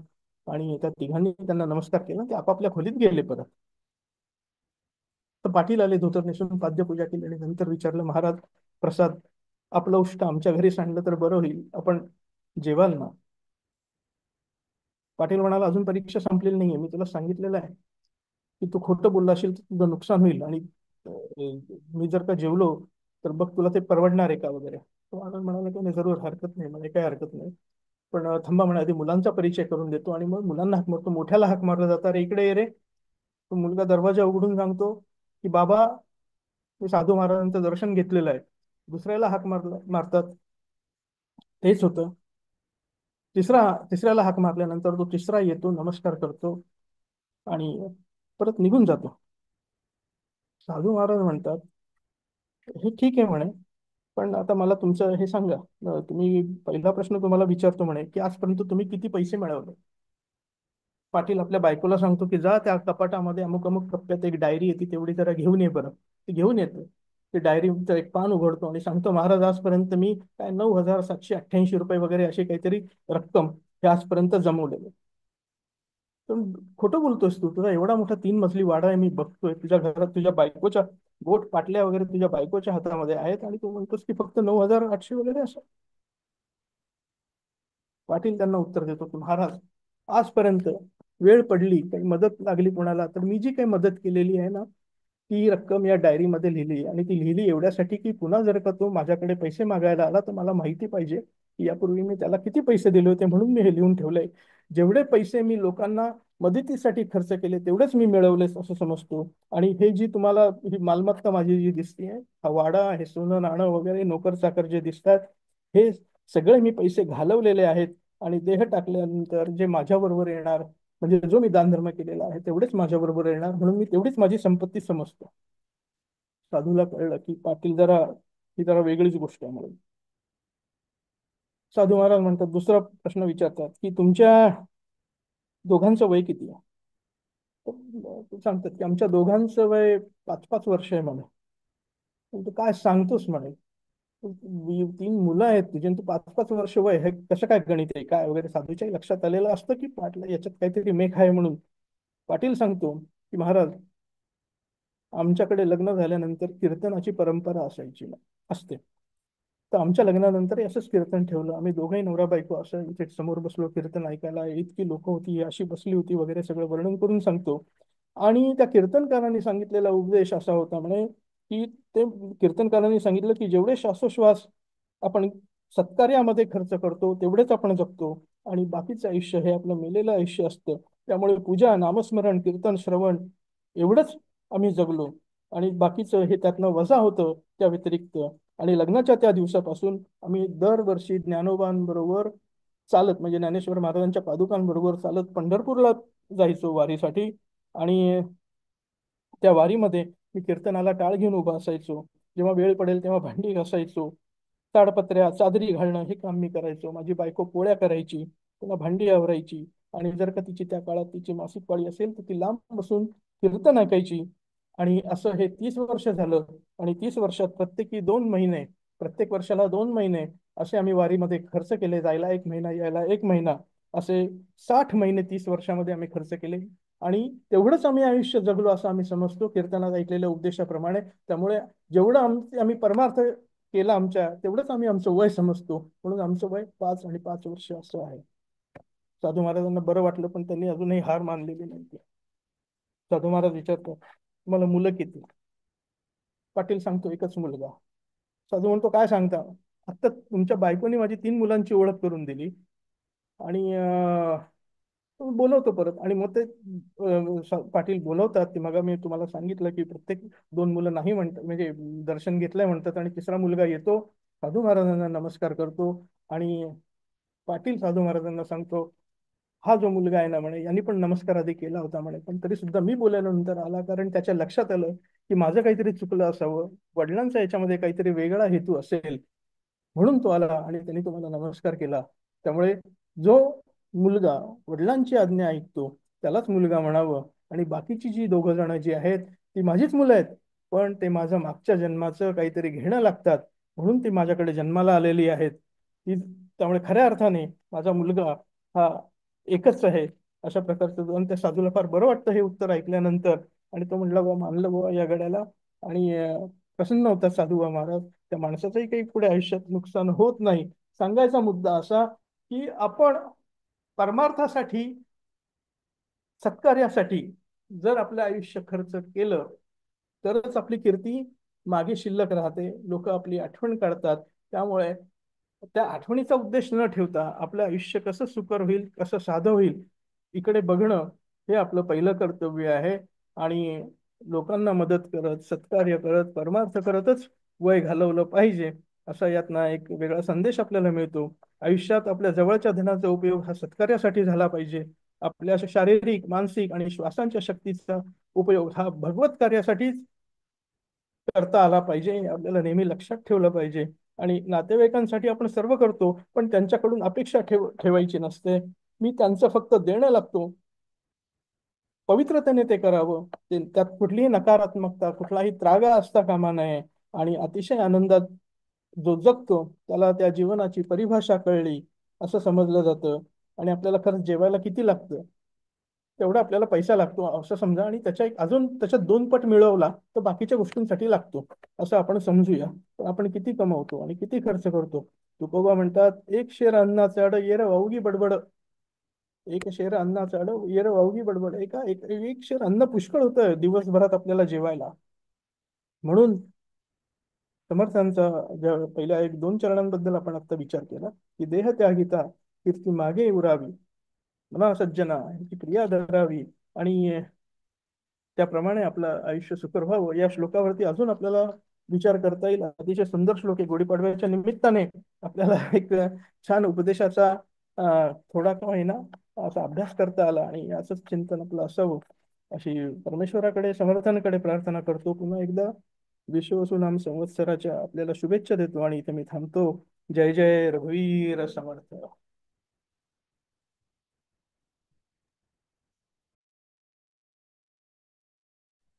आता आपण आत्मशतक म्हणूया. मनोबुद्ध्यहंकार चित्तानि नाहं, न च श्रोत्रजिह्वे न च घ्राणनेत्रे, न च व्योमभूमिर्न तेजो न वायु, चिदानन्दरूपः शिवोऽहं शिवोऽहम्। न च प्राणसंज्ञो न वा पञ्चवायु, न वा सप्तधातुर्न वा पञ्चकोशः, न वाक्पाणिपादौ न चोपस्थपायु, चिदानन्दरूप शिवोऽहं शिवोऽहम्। न मे द्वेषरागो न मे लोभमोहो मदो नैव मे नैव मात्सर्यभावः न धर्मो न चार्थो न कामो न मोक्षः चिदानन्दरूपः शिवोऽहं शिवोऽहम् न पुण्यं न पापं न सौख्यं न दुःखं न मन्त्रो न तीर्थं न वेदा न यज्ञः अहं भोजनं नैव भोज्यं न भोक्ता चिदानन्दरूपः शिवोऽहं शिवोऽहम् न मे मृत्युशङ्का न मे जातिभेदः पिता नैव मे नैव माता न जन्मः न बन्धुर्न मित्रं गुरुर्नैव शिष्यः चिदानन्दरूप शिवोऽहं शिवोऽहम् अहं निर्विकल्पो निराकाररूपो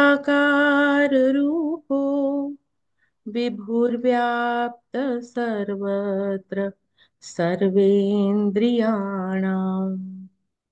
सदा मे समत्वं न मुक्तिर्न बन्धः चिदानन्दरूप शिवोऽहं शिवोऽहम् चिदानन्दरूपः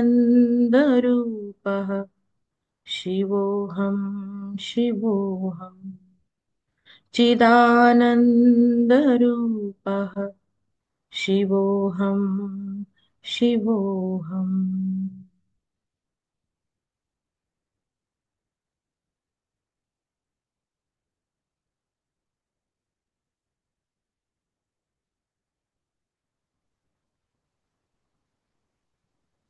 ॐ पूर्णमदः पूर्णमिदं पूर्णात् पूर्णमुदच्यते पूर्णस्य पूर्णमादाय पूर्णमेवावशिष्यते ॐ शान्ति शान्ति शान्तिः हरि ओम।